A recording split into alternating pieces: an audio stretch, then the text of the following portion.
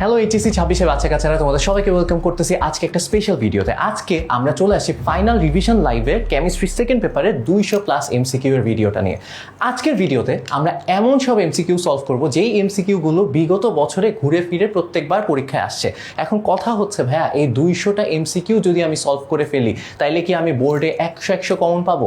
Common পাবা, তুমি এই টাইপের এমসিকিউগুলো কমন পাবা। এখন যদি তুমি ভাবো যে যেই 200টা দেখাচ্ছে এগুলোই একদম তোমার প্রশ্নে ছাপাই দিবে, তাহলে কিন্তু ভুল করবা। সো কি কি টাইপের এমসিকিউ আসছে সেগুলো তোমাকে দেখাবো। এই টাইপের এমসিকিউগুলো যদি তুমি সলভ করতে পারো তাহলে তুমি সব টাইপের এমসিকিউ সলভ করতে পারবা। সো এমসিকিউ নিয়ে তোমাদেরকে একটা বেসিক্যালি ধারণা দেওয়ার জন্য এই ভিডিওটা। সো তুমি যদি আবার বলতেছি এই এমসিকিউগুলো পারো, যে কোনো এমসিকিউ সলভ করতে পারবা। সো এই ভিডিওটা কিন্তু খুবই ইম্পর্টেন্ট। সো দেরি না করে চলো শুরু করি। ফার্স্ট আমরা শুরু করতেছি চ্যাপ্টার 1 পরিবেশ রসায়ন দিয়ে। দেখো প্রথমে কি বলা হয়েছে, কোন গ্যাসের ব্যাপন হার সর্বোচ্চ। ব্যাপন হার গ্রাহামের ব্যাপন সূত্র থেকে, সূত্র জানা লাগবে না এটা সলভ করার জন্য, তোমার জাস্ট এতটুকু জানতে হবে যার আণবিক ভর বেশি তার ব্যাপন হার কম, আর যার আণবিক ভর কম তার ব্যাপন হার বেশি। তাহলে এখানে সবচেয়ে আণবিক ভর কম কার? হাইড্রোজেনের। সো ব্যাপন হার বেশি কার হবে? হাইড্রোজেনের। বুঝতে পারছি? আচ্ছা, এরপরেরটা দেখো। এরপর বলা হয়েছে নিচের কোন অ্যাসিড সবচেয়ে বেশি শক্তিশালী। দেখো এখানে সবগুলো না অক্সো অ্যাসিড। অক্সো অ্যাসিড মানে হচ্ছে যে অ্যাসিডগুলোতে অক্সিজেন আছে, এন্ড যেইগুলো অক্সো অ্যাসিড আছে সেখানে কেন্দ্রীয় পরমাণু জারণ মান যার বেশি হয় সে সবচেয়ে বেশি শক্তিশালী অ্যাসিড হয়। তাহলে আসো আমরা কেন্দ্রীয় পরমাণুগুলো দেখি। এখানে ফসফরাস, এখানে কার্বন, এখানে নাইট্রোজেন, এখানে সালফার, রাইট? আচ্ছা, তাহলে এখানে এখন বের করো যে ফসফরাসের জারণ মান কত। অক্সিজেন হচ্ছে -8, হাইড্রোজেন +3, ফসফরাস হচ্ছে +5 হবে, রাইট? এখানে অক্সিজেন -6, হাইড্রোজেন হচ্ছে 2, তাহলে কার্বন হবে হচ্ছে +4। ওকে, নাইট্রোজেনের এখানে জারণ মান কত? নাইট্রোজেনের জারণ মান +5, আর সালফারের জারণ মান দেখো, সালফারের জারণ মান এখানে +6। তাহলে তুমি আমাকে বলো এখানে কেন্দ্রীয় পরমাণু সবচেয়ে বেশি জারণ মান কার? সালফারের। সো সালফার H2SO4 হচ্ছে এখানে সবচেয়ে বেশি শক্তিশালী অ্যাসিড। ওকে, এরপর বলা হয়েছে চাপ যদি অপরিবর্তিত রাখি, তার মানে আমাকে বলাই হয়েছে যে চাপ অপরিবর্তিত থাকতেছে, তার মানে এটা চার্লসের সূত্র, রাইট? চাপ অপরিবর্তিত রেখে 300 ml কোনো গ্যাসের তাপমাত্রা 27 ডিগ্রি থেকে 7 ডিগ্রিতে পরিবর্তন করা হলে আয়তন কত হবে? তাহলে খেয়াল করো, গ্যাসের আয়তন শুরুতে দেওয়া ছিল V1, এটা হচ্ছে V1। তাপমাত্রা 27 ডিগ্রি সেন্টিগ্রেড, এটা কি T1? না, হয় নাই T1 এটা না। T1 হচ্ছে আমরা যে বড় হাতের T1 লিখি, এটা হচ্ছে কেলভিন স্কেলে তাপমাত্রা। তাহলে তাপমাত্রা আগে ছিল 27 ডিগ্রি, মানে কেলভিন স্কেলে কত? কেলভিন স্কেলে হচ্ছে এটা 300 কেলভিন। 300 কেলভিন, বুঝতে পারছি? আর এই যে 7 ডিগ্রি এটা হচ্ছে T2 কত হবে? T2 হবে হচ্ছে 280 কেলভিন। 280 কেলভিন। তাহলে তোমার এখন কাজ হচ্ছে, তোমার কি বের করছে? নতুন আয়তন কত হবে? নতুন আয়তন হচ্ছে কি? V2।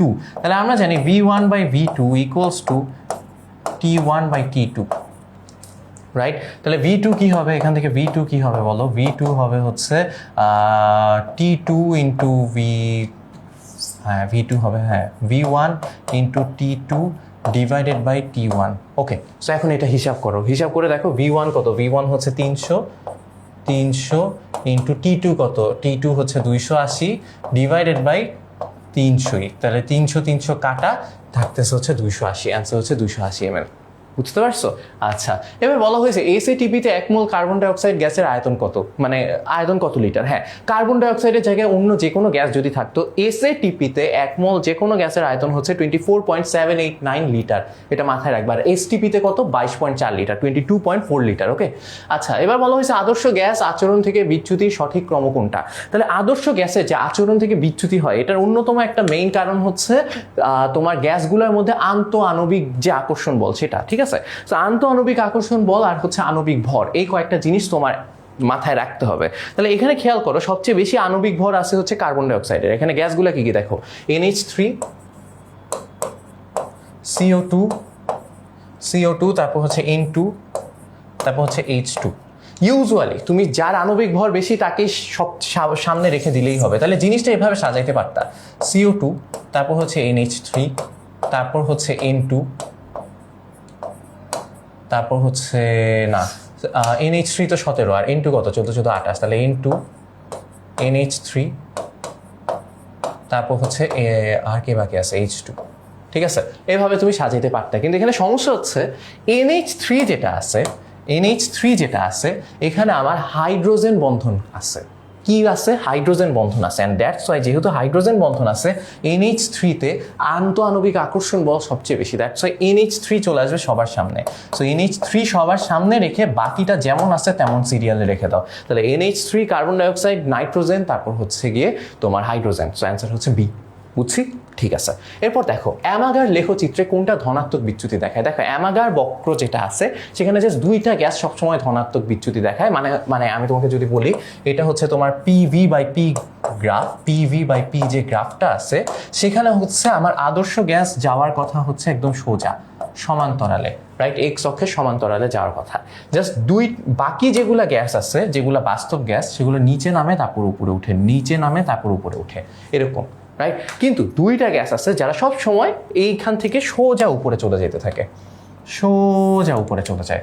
এই দুইটা গ্যাস হচ্ছে হাইড্রোজেন আর হিলিয়াম। এইদেরকে বলা হয় হচ্ছে এরা ধনাত্মক বিচ্যুতি দেখায়। বুঝতে পারছো? তাহলে ধনাত্মক বিচ্যুতি কে দেখাবে? হাইড্রোজেন আর হিলিয়াম। আল্লাহর ওয়াস্তে এই দুইটা যদি দেখো ধনাত্মক বিচ্যুতি হাইড্রোজেন হিলিয়াম যদি পাও অপশানে থাকলে দাগায় দিবা, হাইড্রোজেন নাই হিলিয়াম আছে, অ্যান্সার হচ্ছে হিলিয়াম। ঠিক আছে? আচ্ছা, এবার বলা হয়েছে যে MCQ 7, এটা একটা ভালো MCQ। বলা হয়েছে উদ্দীপকের W এর মান কত। W এর মান মানে হচ্ছে কার্বন ডাইঅক্সাইডের ভর জানতে চাইছে। কার্বন ডাইঅক্সাইডের ভর জানার জন্য আমার বাকি সব ইনফরমেশন দরকার ছিল, কিন্তু আমি দেখতেছি কার্বন ডাইঅক্সাইডের আয়তনটাও দেয়া নাই। কার্বন ডাইঅক্সাইডের দুইটা জিনিস অজানা, আয়তনও জানি না, ভরও জানি না। কিন্তু আমি হচ্ছে মিথেনের ক্ষেত্রে যে আয়তন, কার্বন ডাইঅক্সাইডের একই আয়তন, তাহলে আমি মিথেনের আয়তন বের করলে আমি কার্বন ডাইঅক্সাইডের আয়তন পাবো, রাইট? তাহলে তোমার আগে মিথেনের আয়তন বের করতে হবে। মিথেনের আয়তন কোন ফর্মুলা দিয়ে বের করবা? দেখো এখানে কি কি দেয়া আছে। এখানে দেয়া আছে হচ্ছে টি দেয়া আছে, তারপর হচ্ছে চাপ পি দেয়া আছে, তারপর আয়তন তো দেয়া নাই, আয়তন ধরো ভি, আর ভর হচ্ছে ডাব্লিউ। ভর হচ্ছে কি ডাব্লিউ। মিথেনের জন্য ফর্মুলাটা কি? ফর্মুলা হচ্ছে PV equals to NRT, right? এখানে খেয়াল করো এন এর ভ্যালু তো দেয়া নাই, এন এর ভ্যালু কি W/M। তাহলে পি কত? মিথেনের পি কত? পি হচ্ছে 100 কিলো প্যাসকেল।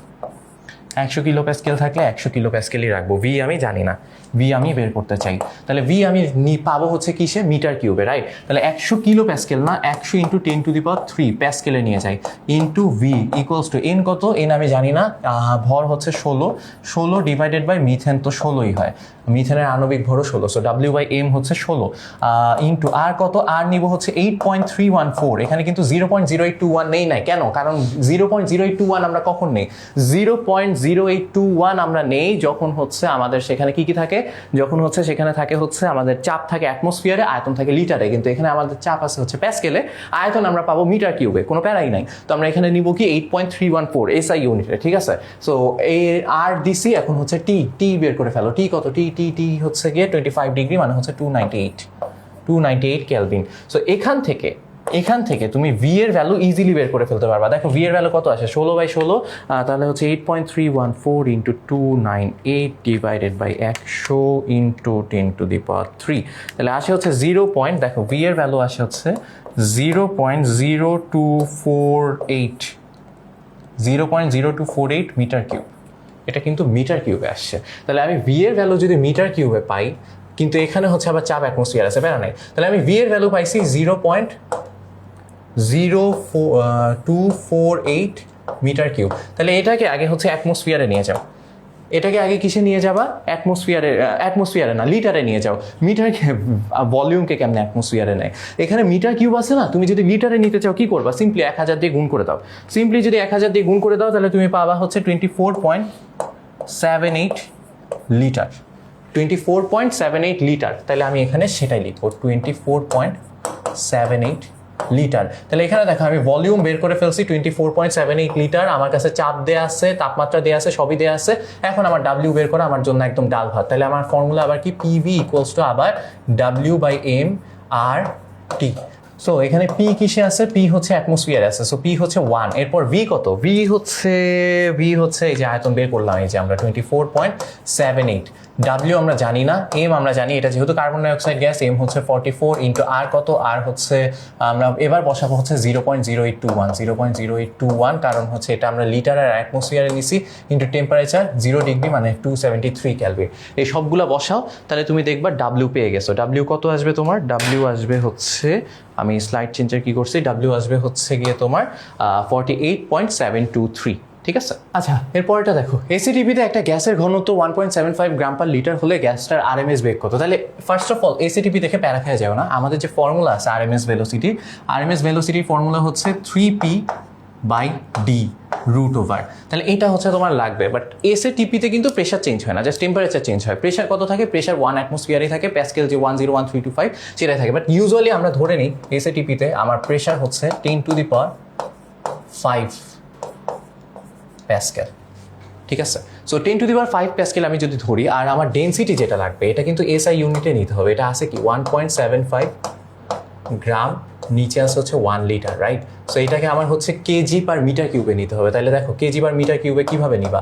1.75 ইন্টু 10⁻³ 10⁻³ তাহলে গ্রামকে আমি কেজি বানাই ফেলছি উপরে, আর নিচে যে লিটার আছে সেটাকে আমি যদি মিটার কিউবে নিতে চাই তাহলে 1 ইন্টু 10⁻³ এটা আসবে হচ্ছে মিটার কিউবে। বুঝছো?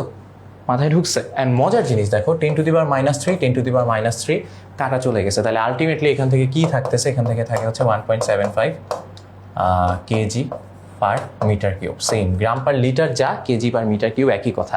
তাহলে হচ্ছে এখানে ভ্যালুগুলো বসায় দাও, 3 ইন্টু 10⁵ ডিভাইডেড বাই 1.75 ভ্যালু বসাও। এখন হচ্ছে গিয়ে হিসাব করো, তাহলে কত আসে? তাহলে তোমার হিসাবে আসবে হচ্ছে 3 ইন্টু 10⁵ ডিভাইডেড বাই 1.75, তাহলে আসে হচ্ছে 414.039। এই 414 এর সবচেয়ে কাছে হচ্ছে গিয়ে 413, বুঝছো? 414.039, এটা 413.93, একদম 414 এর কাছে চলে গেছে। সো অ্যান্সার হচ্ছে এ।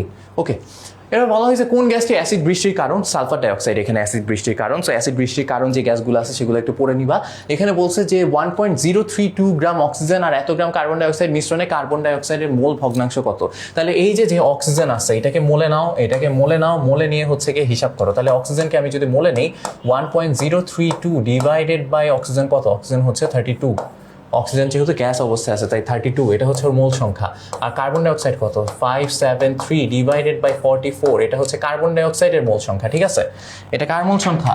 এটা হচ্ছে কার্বন ডাইঅক্সাইডের মোল সংখ্যা। এখন আসো আমরা এদের মোল সংখ্যা বের করি। তাহলে 1.032 ডিভাইডেড বাই 32 আসে হচ্ছে 0.03225, আর এটা কত আসে? 0.573 ডিভাইডেড বাই 44, এটা আসে হচ্ছে গিয়ে 0.013, এটাও মোল, ঠিক আছে? এটাও আমি মোলে পাইছি। ডান। সো আমি দুইটার মোল সংখ্যা পাইছি। এখন আমার কি বলছে? কার্বন ডাইঅক্সাইডের মোলার ভগ্নাংশ বের করতে। তাহলে কি হবে? উপরে থাকবে কার্বন ডাইঅক্সাইডের যে মোল 0.013 ডিভাইডেড বাই নিচের টোটাল মোল সংখ্যা, মানে অক্সিজেনেরটা প্লাস কার্বন ডাইঅক্সাইডেরটা, 3225 প্লাস 0.013। সো এবার হিসাব করো কত আসে। এবার হিসাব করে দেখবা কার্বন ডাইঅক্সাইডের মোল সংখ্যা আসবে হচ্ছে 0.287, ঠিক আছে? ওকে, এবার বলা হয়েছে লুইস অ্যাসিড কোনটা? লুইস অ্যাসিড কারা? লুইস অ্যাসিড হচ্ছে যারা মুক্তজোড়ী ইলেকট্রন গ্রহণ করে। মুক্তজোড়ী ইলেকট্রন গ্রহণ করে কারা? যাদের হচ্ছে আইদার ইলেকট্রনের প্রতি আকর্ষণ আছে অথবা যাদের হচ্ছে অষ্টক অপূর্ণ অবস্থায় আছে। এখানে অষ্টক অসম্পূর্ণ কে আছে? অষ্টক অসম্পূর্ণ আছে হচ্ছে BF3, তাই হচ্ছে ও লুইস অ্যাসিড। ওকে, আচ্ছা, এবার বলা হয়েছে আদর্শ পানি DO পরিসীমা কত? 4 থেকে 8 মিলিগ্রাম পার লিটার। লিটার অ্যাটমসফিয়ারে আর এর মান কত? এটা তোমরা জানো, এটা একদম লুথা question, 0.0821 litre atmosphere per kelvin per mole. আচ্ছা, এবার বলা হয়েছে কোনটি সবচেয়ে তীব্র অ্যাসিড? সবচেয়ে তীব্র অ্যাসিড দেখো এখানে সবগুলো কিন্তু জৈব অ্যাসিড আর জৈব অ্যাসিডের জাতক, ঠিক আছে? অ্যান্ড জৈব অ্যাসিড আর জৈব অ্যাসিডের জাতকের মধ্যে যখন হচ্ছে কি তুমি কোনো একটা হ্যালোজেন যোগ করে দিবা, সেই অ্যাসিডের তীব্রতা বাড়তে থাকবে। মানে জৈব অ্যাসিডে যখন তুমি হ্যালোজেন যোগ করে যে জৈব অ্যাসিডের জাতকটা পাবা, সেখানে হচ্ছে তোমার তীব্রতা আস্তে আস্তে বাড়তে থাকবে। তাহলে এখানে কে কে আছে দেখো, এই দুইটাই আমি দেখতে পাচ্ছি। সরি, এখানে তো কার্বনই চলে গেছে, এটা কোনো স্ট্রাকচারই হয় না, এটা বাদ। বি আর সি এর মধ্যে দেখো, বি এটা তো জৈব অ্যাসিড, এইখানে এটা তীব্রতা কম, জৈব অ্যাসিডের তীব্রতা কম থাকে। সেখানে যখন তুমি কি যোগ করতে বলছি, সেখানে যখন তুমি হচ্ছে হ্যালোজেন যোগ করবা তখন হচ্ছে তীব্রতা আস্তে আস্তে বাড়তে থাকে। তাহলে তীব্রতা যদি এখানে বাড়তে থাকে, একটু খেয়াল করো, এখানে আমি হ্যালোজেন যোগ করছি, রাইট? সো এখানে যেহেতু আমি হ্যালোজেন যোগ করছি, এখানেও হ্যালোজেন যোগ করছি, এই দুইটার মধ্যে এখন কোনটা তীব্রতা বেশি? এই দুইটার মধ্যে যার তড়িৎ ঋণাত্মকতা বেশি, যে হ্যালোজেনের, সেই অ্যাসিডের তীব্রতা বেশি হবে। তাহলে এখানে যেহেতু ক্লোরিন আছে, ওর তড়িৎ ঋণাত্মকতা বেশি, দ্যাটস ওয়াই হচ্ছে অ্যান্সার হবে হচ্ছে বি, ঠিক আছে?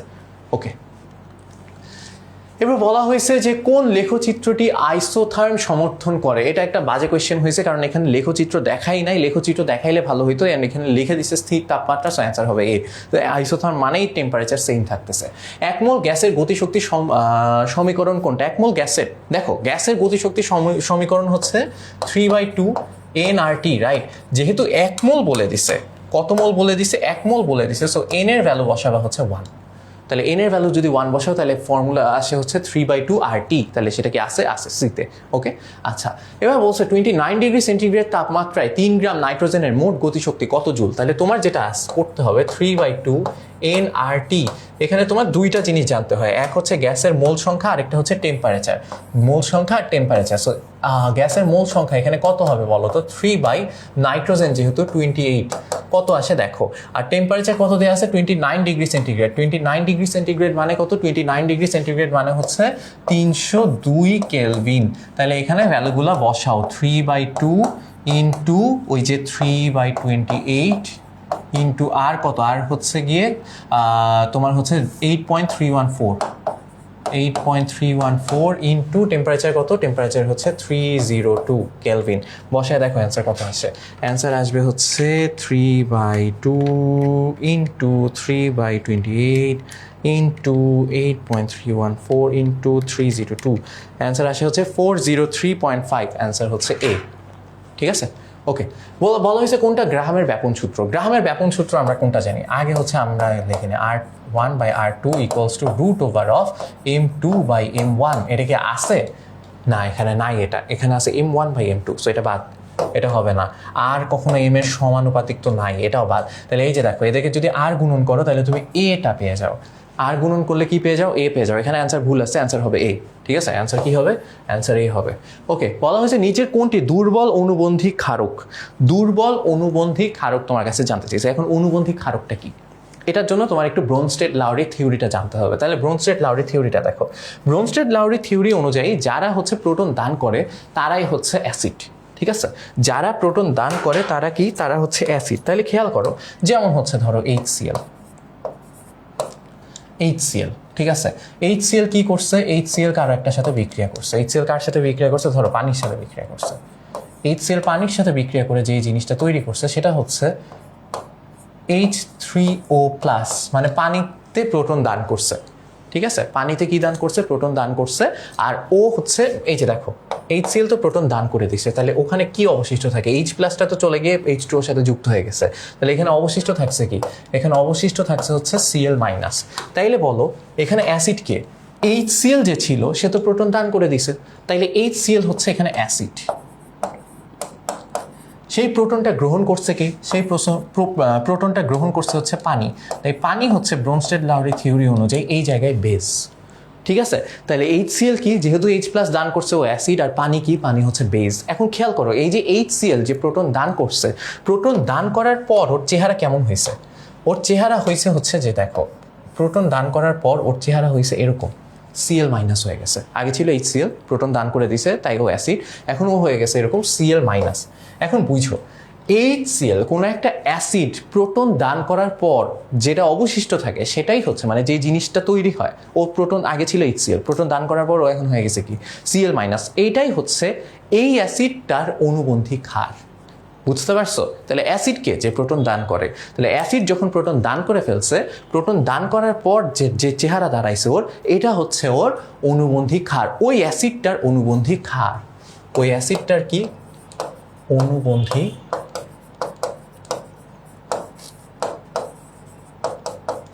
ক্ষার। এটা মাথায় ঢুকছে? আর তাহলে দেখো পানি কি? পানি এখানে বেস। ও কি করছে? প্রোটন গ্রহণ করছে। প্রোটন গ্রহণ করার পর ওর চেহারা কেমন দাঁড়াইছে? এইটা H3O+। এটা হচ্ছে পানি যেহেতু বেস, প্রোটন গ্রহণ করার পরও যেটা তৈরি হয়েছে সেটা হচ্ছে ওই বেজের অনুবন্ধী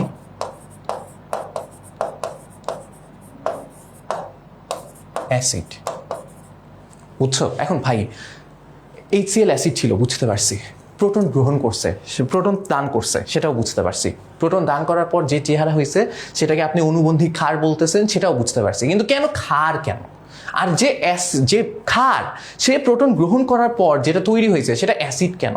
কারণ একটু বুঝাই দেখো, এই যে Cl-, ও কি করছে? ও হচ্ছে প্রোটন এখন ও তো প্রোটন HCl প্রোটন দান করার পরই এই Cl মাইনাস হয়েছে, রাইট? এখন এই Cl মাইনাস যে আছে ওর কি প্রোটন দান করার ক্যাপাসিটি আছে নাকি প্রোটন গ্রহণ করার ক্যাপাবিলিটি আছে? কোনটাও করবে? ওর যদি কিছু করতে হয় প্রোটন দান বা গ্রহণ, ও কোনটা করবে? ও হচ্ছে এখন প্রোটন গ্রহণ করবে, রাইট? ও প্রোটন গ্রহণ করবে না, করে একটা H প্লাস গ্রহণ করে আবার HCl তৈরি করতে চাবে না, কারণ Cl মাইনাস তৈরি হয়েছে। ও চাইলে কি করতে পারে? প্রোটন গ্রহণ করতে পারে, রাইট? সো ও যেহেতু প্রোটন গ্রহণ করবে, এখন যে প্রোটন গ্রহণ করে তাকে বলা হয় ক্ষার, ব্রনস্টেড-লাউরি থিওরি অনুযায়ী, right? On the other hand এই যে H3O+, ওর যদি কিছু করতে হয়, ওকে আরো প্রোটন গ্রহণ করবে না দান করবে? ও কিন্তু এখন দান করার মতো ক্যাপাসিটি ও তৈরি হয়েছে, কারণ ওর কাছে এখন এক্সট্রা প্রোটন ওর সাথে এসে লাগে গেছে। ও চাইলেই প্রোটনটা দান করে দিতে পারে। যেহেতু প্রোটন এখন দান করতে পারে, তাই দ্যাটস হচ্ছে অনুবন্ধী অ্যাসিড। বুঝতে পারছি? Very good. এখন মাথায় রাখবা, কোনো অ্যাসিড যত শক্তিশালী হয় তার অনুবন্ধী ক্ষার তত দুর্বল হয়। বুঝতে পারছি? কোনো অ্যাসিড যত শক্তিশালী হয় তার অনুবন্ধী ক্ষার তত দুর্বল হয়। এখন এখানে খেয়াল করো, HClO4 পারক্লোরিক অ্যাসিড সর্বাধিক তীব্র অ্যাসিড, এই পারক্লোরিক অ্যাসিডের সাথে আমি যদি পানি যোগ করি তাইলে হচ্ছে পারক্লোরিক অ্যাসিড প্রোটন দান করে H3O+, আর তার সাথে সাথে ClO4- তৈরি করে, যেটা হচ্ছে ওর অনুবন্ধী ক্ষার, পারক্লোরিক অ্যাসিডের অনুবন্ধী ক্ষার। যেহেতু পারক্লোরিক অ্যাসিড সর্বাধিক তীব্র অ্যাসিড, ওর অনুবন্ধী ক্ষার হবে সর্বাধিক দুর্বল, অ্যান্ড দ্যাটস ওয়াই অ্যান্সার হবে হচ্ছে ClO4-। এখানে অ্যান্সার ভুল আছে, এটা ClO4- হবে, ঠিক আছে? সো অ্যান্সার কি হবে? অ্যান্সার হবে হচ্ছে সি। এটা আসছে হচ্ছে H2SO4 থেকে, H2SO4 এর অনুবন্ধী ক্ষার, এটা হচ্ছে HClO4 এর অনুবন্ধী ক্ষার। তাহলে কার অনুবন্ধী ক্ষার দুর্বল হবে? যে অ্যাসিড বেশি তীব্র, এখানে তীব্রকে HClO4। বিশ্বাস হয় না? জারণ মান বের করে দেখো, ক্লোরিনের জারণ মান +7, সালফারের জারণ মান +6, তাহলে কে বেশি তীব্র অ্যাসিড? HClO4। তাহলে দুর্বল হবে কোন ক্ষার? ওর অনুবন্ধী ক্ষার। বুঝতে পারছো? অ্যান্সার হবে হচ্ছে সি। ওকে, আচ্ছা। এবার বলা হয়েছে 25 ডিগ্রি সেন্টিগ্রেড তাপমাত্রায় 14 গ্রাম নাইট্রোজেন গ্যাসের গতিশক্তি কত জুল? তাহলে 14 গ্রাম নাইট্রোজেন গ্যাস মানে কি? 0.5 মোল। 0.5 মোল 25 ডিগ্রি সেন্টিগ্রেড মানে কত? 298। তাহলে এইটা এখন হচ্ছে 3/2 nRT, এই ফর্মুলায় বসাও, সব কিছু তুমি পেয়ে গেছো। আর আর বসাবা কি? 8.314 SI ইউনিটে বসাবা, তাইলেই তুমি পেয়ে যাবা যে এটা গতিশক্তি কত। অ্যান্সার আসবে হচ্ছে 1858.8 জুল। ঠিক আছে? যেগুলো ভুল আছে সেগুলো তো আমি জানি, সো এগুলো অ্যান্সার ঠিক আছে। এরপর বলা হয়েছে নিচের কোন তাপমাত্রায় গ্যাসের আয়তন শূন্য হবে? গ্যাসের আয়তন তাত্ত্বিকভাবে শূন্য হয় -27 ডিগ্রি সেন্টিগ্রেড, -273 ডিগ্রি সেন্টিগ্রেড তাপমাত্রায়, যেটা হচ্ছে 0 কেলভিন। তাহলে এখানে -273 ডিগ্রি সেন্টিগ্রেডই দেওয়া আছে, সো অ্যান্সার হবে হচ্ছে ডি। ওকে, এবার বলা হয়েছে OH এর অনুবন্ধী অ্যাসিড কোনটা? তাহলে OH এর অনুবন্ধী অ্যাসিড কি হবে? OH কি করবে? OH যদি একটা প্রোটন গ্রহণ করে তাহলে OH হয়ে যাবে হচ্ছে ক্ষার। তাহলে OH প্রোটন গ্রহণ করার পর ওর চেহারা দাঁড়াবে কেমন? H2O। তাহলে বুঝছো, OH এর বলছে অনুবন্ধী অ্যাসিড কোনটা, তার মানে OH একটা ক্ষার। OH ক্ষার, তার মানে ও কি করে? প্রোটন গ্রহণ করে। প্রোটন গ্রহণ করার পর ওর যে চেহারা দাঁড়ায় সেটাই হচ্ছে OH এর অনুবন্ধী অ্যাসিড। সো অ্যান্সার হবে হচ্ছে H2O। ঠিক আছে? ভ্যান ডার ওয়ালস সমীকরণের নিচের কোনটি আন্তঃআণবিক আকর্ষণ নির্দেশ করে? এ। ভ্যান ডার ওয়ালস সমীকরণের দুইটা জিনিস দেখছো তুমি, একটা এ একটা বি। বি নির্দেশ করে হচ্ছে ওদের আয়তন, গ্যাসের অণুগুলার আয়তন, আর আন্তঃআণবিক আকর্ষণ নির্দেশ করে হচ্ছে এ। ঠিক আছে? ওকে, এবার বলা হয়েছে বায়ুমণ্ডলের নাইট্রোজেনের আংশিক চাপ কত? নাইট্রোজেনের আংশিক চাপ কত হবে বলো তো? নাইট্রোজেনের আংশিক চাপের ফর্মুলা কি? মোল ভগ্নাংশ ইন্টু মোট চাপ। নাইট্রোজেন বায়ুমণ্ডলে থাকে হচ্ছে 78%, মানে হচ্ছে যত মোল গ্যাস আছে তার মধ্যে নাইট্রোজেন আছে কত? মোট গ্যাসের মোট মোল সংখ্যা যদি 100 হয় তাহলে নাইট্রোজেনের মোল সংখ্যা হচ্ছে 78, এরকম। ঠিক আছে? যেহেতু 78% আছে, সো এটাই হচ্ছে ওর মোল ভগ্নাংশ, 78/100 ইন্টু মোট চাপ। বায়ুমণ্ডলের চাপ কত? 1। তাহলে অ্যান্সার কি আসবে? অ্যান্সার আসবে হচ্ছে 0.78 অ্যাটমসফিয়ার। বুঝতে পারছি? অ্যান্সার হচ্ছে 0.78 অ্যাটমসফিয়ার। এরপর বলা হয়েছে 273 ডিগ্রি সেন্টিগ্রেড তাপমাত্রায় 8 গ্রাম CH4 গ্যাসের গতিশক্তি কত জুল? এগুলা খুবই বাজে কোয়েশ্চেন, এগুলো আমি তোমাকে বলে দিচ্ছি। এটা হচ্ছে 300 কেলভিন। 300 কেলভিন, এটা হিসাব নিকাশ করে বের করবা। এটা হচ্ছে 8 গ্রাম। 8 গ্রাম মানে কতটুকু? 8 গ্রাম মানে হচ্ছে গিয়ে 8/CH4, যেহেতু 8/16, তাহলে তুমি পেয়ে গেছো হচ্ছে N। এখন এই 3/2 nRT, এই ফর্মুলা দিয়ে তুমি এটা বের করে ফেলবা। গে-লুসাকের চাপীয় সূত্রের সমীকরণ কি? গে-লুসাকের চাপীয় সূত্রের সমীকরণে কি বলা হয়েছে? এটা P সমানুপাতিক T হবে, T। এটাই P সমানুপাতিক T হবে, এটা L না। অ্যান্সার হবে হচ্ছে B। P সমানুপাতিক 1/T কেন হবে? পি সমানুপাতিক টি, অ্যান্সার হবে হচ্ছে বি। কেন পি সমানুপাতিক টি? কারণ হচ্ছে তোমার চাপ যত তাপমাত্রা যত বাড়ে চাপ তত বাড়ে, তাপমাত্রার সাথে চাপের সম্পর্ক ব্যস্তানুপাতিক না। অ্যান্সার হবে হচ্ছে পি সমানুপাতিক টি। ঠিক আছে, ওকে। এরপর বলা হয়েছে এসটিপিতে 2 মোল ক্যালসিয়াম কার্বনেট ও HCl এর বিক্রিয়ায় উৎপন্ন কার্বন ডাই অক্সাইডের আয়তন কত লিটার? তাহলে আবার দেখো এসটিপিতে 2 mole calcium carbonate, 2 mole calcium carbonate আর হচ্ছে HCl এর বিক্রিয়ায় উৎপন্ন কার্বন ডাই অক্সাইডের আয়তন কত লিটার? এইটা একটা খুবই মজার কোয়েশ্চেন। তাহলে ক্যালসিয়াম কার্বনেটও আছে 2 মোল, HClও আছে 2 মোল। এখন খেয়াল করো, ক্যালসিয়াম কার্বনেট আর HCl এর বিক্রিয়া আমি যদি করাই তাহলে বিক্রিয়াটা কেমন হয় বাচ্চারা বলো তো? বিক্রিয়াটা হয় হচ্ছে CaCl2 plus H2CO3, H2O plus CO2। ঠিক আছে, এখন খেয়াল করো এটা কি সমতা করা আছে? না, সমতা করা নাই। এখানে কি করতে হবে? এখানে একটা 2 দিয়ে গুণ দিতে হবে। এখানে 2 দিয়ে গুণ দিলে সমতা হয়ে গেছে। ইয়েস, এখানে সমতা হয়ে গেছে। এখন মজার জিনিসটা খেয়াল করো, এই ক্যালসিয়াম কার্বনেট যদি 1 মোল থাকে, HCl কিন্তু 2 মোলই লাগে, রাইট? আর ক্যালসিয়াম কার্বনেট যদি 2 মোল থাকে, ধরো ক্যালসিয়াম কার্বনেটটা এখন তোমাকে দিছে 2 মোল, HClও দিছে 2 মোল, তাহলে তোমার যদি এখন হিসাব করতে হয় তুমি কাকে ধরে হিসাব করবা? 2 মোল ক্যালসিয়াম কার্বনেট বিক্রিয়া করে কত মোল HCl এর সাথে? 4 মোল HCl এর সাথে। তাইলে এখানে লিমিটিং বিক্রিয়ককে 4 মোল HCl কি আছে? না, HClও 2 মোলই আছে। তাহলে ক্যালসিয়াম কার্বনেট যদি 2 মোল নাও, HCl লাগে হচ্ছে 4 মোল, কিন্তু HCl আছে হচ্ছে 2 মোল। তাহলে লিমিটিং বিক্রিয়ককে HCl, তো তোমার হিসাব করতে হবে HCl কে ধরেই। তাহলে HCl 2 মোল HCl থেকে তোমার কার্বন ডাই অক্সাইড উৎপন্ন হয় কতটুকু? 1 মোল। 2 মোল HCl থেকে কার্বন ডাই অক্সাইড উৎপন্ন হয় 1 মোল। HCl 2 মোলই দেয়া আছে, দেখছো? তাহলে 1 মোল কার্বন ডাই অক্সাইডের আয়তন কত লিটার? 22.4 লিটার। অ্যান্সার হবে হচ্ছে বি। ঠিক আছে, ওকে। গ্রিন হাউস গ্যাসের মধ্যে নিচে কোনটা বায়ুমণ্ডলে সবচেয়ে বেশি পাওয়া যায়? Carbon die oxide. আচ্ছা, এবার বলা হয়েছে 4 গ্রাম হাইড্রোজেন গ্যাসের অবস্থার সমীকরণ কোনটা? আচ্ছা, 4 গ্রাম হাইড্রোজেন মানে এন এর ভ্যালু কত? এন এর ভ্যালু হচ্ছে 4/2, তাহলে এখানে অ্যান্সার আসবে হচ্ছে 2, রাইট? এখন হচ্ছে এন এর ভ্যালু হচ্ছে যেহেতু 2, তাহলে ভ্যান ডার ওয়ালস সমীকরণ অনুযায়ী ভ্যান ডার ওয়ালস সমীকরণ কোনটা? ভ্যান ডার ওয়ালস সমীকরণ হচ্ছে এই যে এ। ভ্যান ডার ওয়ালস সমীকরণ কোনটা? ভ্যান ডার ওয়ালস সমীকরণ হচ্ছে এ। তাহলে এ যে ভ্যান ডার ওয়ালস সমীকরণ, সেখানে হচ্ছে এন এর ভ্যালুগুলো বসায় দাও। এন এর ভ্যালুগুলো যদি তুমি বসাও, 2 বসাও, এন এর ভ্যালু 2 বসালে এটা হবে হচ্ছে 4a, এই যে এখানে 2b আর হচ্ছে 2rt, সো অ্যান্সার হবে হচ্ছে সি। বুঝছি? ঠিক আছে। বলা হয়েছে পানিতে কোন দ্রবণটি থাকলে অস্থায়ী ক্ষরতার সৃষ্টি হয়? Calcium hydrocarbonate, calcium hydrogen carbonate. ঠিক আছে, মানে পাইকার্বনেট আর কি। ওকে, কি বলতেছে? Hydrogen carbonate. ওকে, এসটিপিতে 2 মোল H2O গ্যাসের মোলার গতিশক্তি কত হবে? আবার দেখো, এসটিপি মানে কি? আমার টেম্পারেচার লাগবে, এত প্রেশার মেশার কিন্তু লাগে না। আমার মোলার গতিশক্তি যেহেতু চাইছে, সো আমার কি লাগবে? আমার টেম্পারেচার লাগবে। আমার টেম্পারেচার কত দেওয়া আছে? আমার টেম্পারেচার দেওয়া আছে এসটিপি মানে 273 ডিগ্রি। সো গ্যাসের গতিশক্তি তুমি ইজিলি বের করতে পারবা। সো অ্যান্সার হবে হচ্ছে বি। ওকে, ঠিক আছে। গ্যাসের গতিশক্তি বের করা কিন্তু অনেকবার দেখাইছি, অ্যান্ড এগুলো আসতেছে বারবার। বয়েলের সূত্রের সমীকরণ নিচের কোন ধরনের? বয়েলের সূত্রের মেইন কথাই হচ্ছে কি তাপমাত্রা স্থির থাকবে। তাপমাত্রা যদি স্থির থাকে তাহলে সেটাকে বলা হয় আইসোথার্ম। তো এখানে সমীকরণ কেমন? এটা হচ্ছে আইসোথার্ম। ওকে, এবার দেখো বৃষ্টির পানিতে কোন পদার্থের উপস্থিতি অ্যাসিড বৃষ্টির মূল কারণ? এখানে দেখো আমার অ্যাসিড আছে হচ্ছে HCl, এত এই দুইটা থাকে না। HNO3ও থাকে, H2CO3ও থাকে বৃষ্টির পানিতে। এখন কথা হচ্ছে নর্মাল বৃষ্টির পানিতেই H2CO3 থাকে, সেই কারণে বৃষ্টির পানির পিএইচ কিন্তু সাথে চেয়ে কম হয়। ঠিক আছে, সাথে চেয়ে একটু কম হয়। কেন কম হয়? কারণ সেখানে H2CO3 কার্বনিক অ্যাসিড এমনিই থাকে। ওকে, বাট অ্যাসিড বৃষ্টি যখন আমাকে বলা হয়েছে, এটা নর্মাল বৃষ্টিতেই থাকে। আর অ্যাসিড বৃষ্টি যেহেতু বলা হচ্ছে, সেটার মূল কারণ হচ্ছে HNO3। এটা একটু মাথায় রেখো, এই জিনিসগুলো হচ্ছে অনেক সময় গাইড মাইডে আওলায় ফেলে। সো যখন অ্যাসিড বৃষ্টি নিয়ে বলা হচ্ছে, অ্যান্সার H2CO3 হবে না, অ্যান্সার হবে HNO3। ওকে, আচ্ছা, এসটিপিতে 2 মোল ক্যালসিয়াম কার্বনেট আর HCl এর বিক্রিয়ায় উৎপন্ন কার্বন ডাই অক্সাইড, এটা 22.4 লিটার। জানি স্থির তাপমাত্রায় আরএমএস বেগের সঠিক ক্রম কোনটা? স্থির তাপমাত্রায় আরএমএস বেগের সঠিক ক্রম হচ্ছে, তুমি জানো আরএমএস বেগ যেটা আছে সেটা হচ্ছে তোমার আণবিক ভরের বর্গমূলের ব্যস্তানুপাতিক। তাহলে সোজা ভাষায় আণবিক ভর যার বেশি, আরএমএস বেগ তার কম। তাহলে আণবিক ভর এখানে সবচেয়ে বেশি কার? আণবিক ভর হচ্ছে এখানে বেশি কার্বন ডাই অক্সাইড, না সালফার ডাই অক্সাইড সবচেয়ে বেশি না?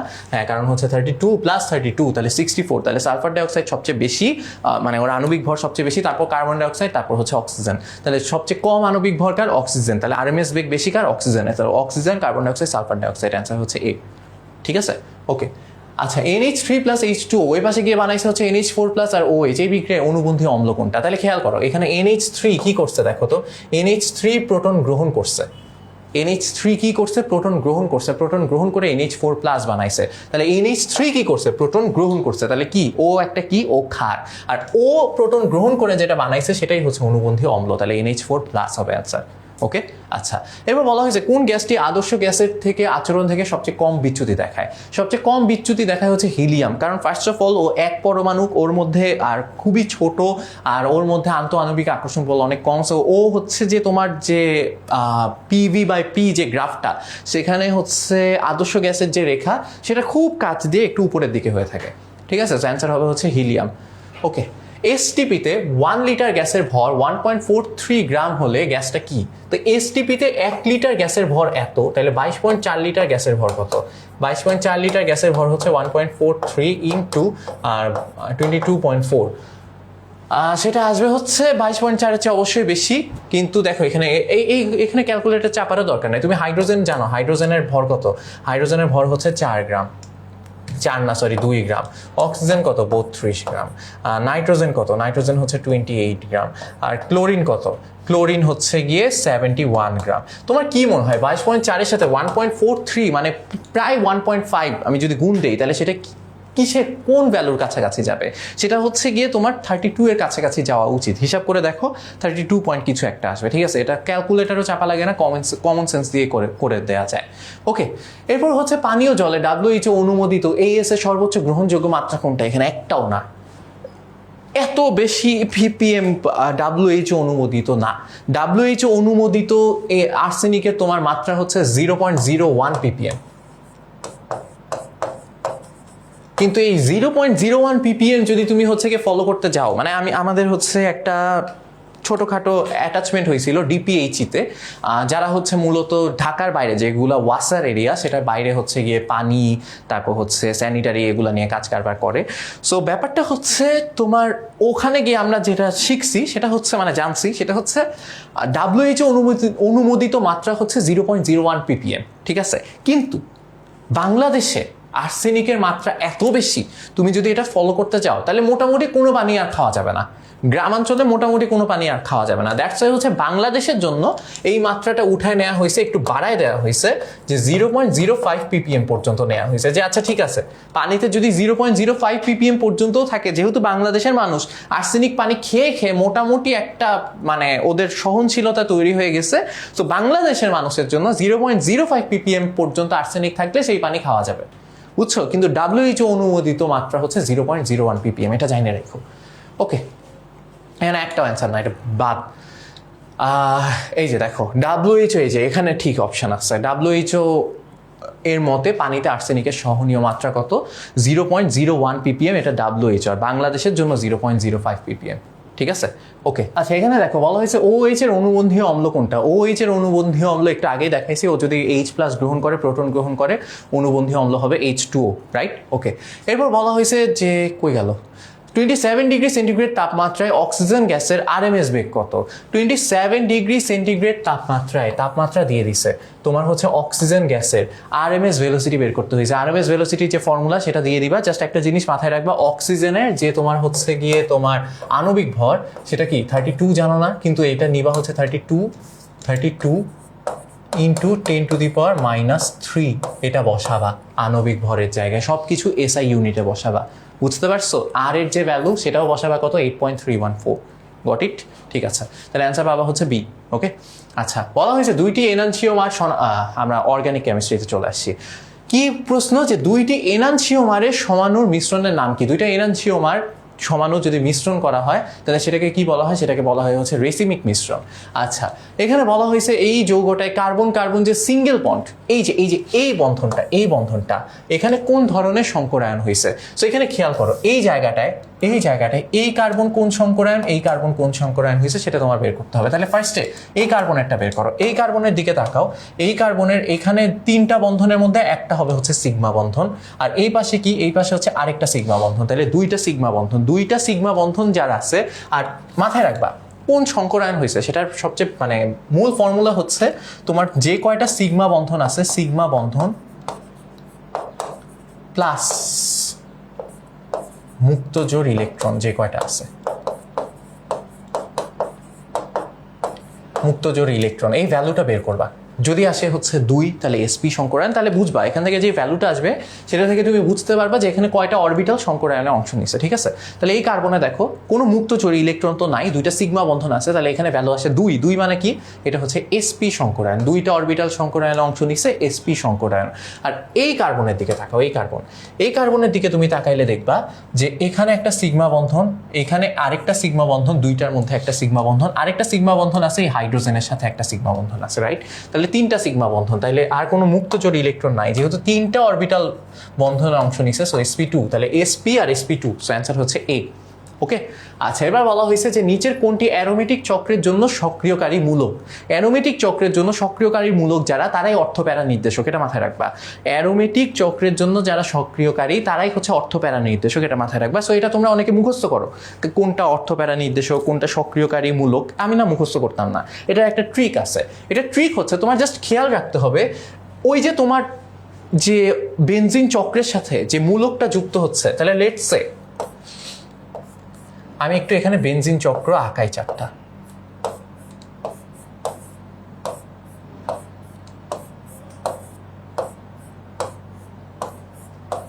তাহলে আমার এখানে 4টা বেনজিন চক্র আছে, হ্যাঁ। সো একটাই দেখো কে যুক্ত আছে, একটাই আছে হচ্ছে NH2, নাইট্রোজেনের সাথে 2টা হাইড্রোজেন যুক্ত আছে। ওকে, এখানে যুক্ত আছে হচ্ছে CHO, এখানে যুক্ত আছে হচ্ছে NO2,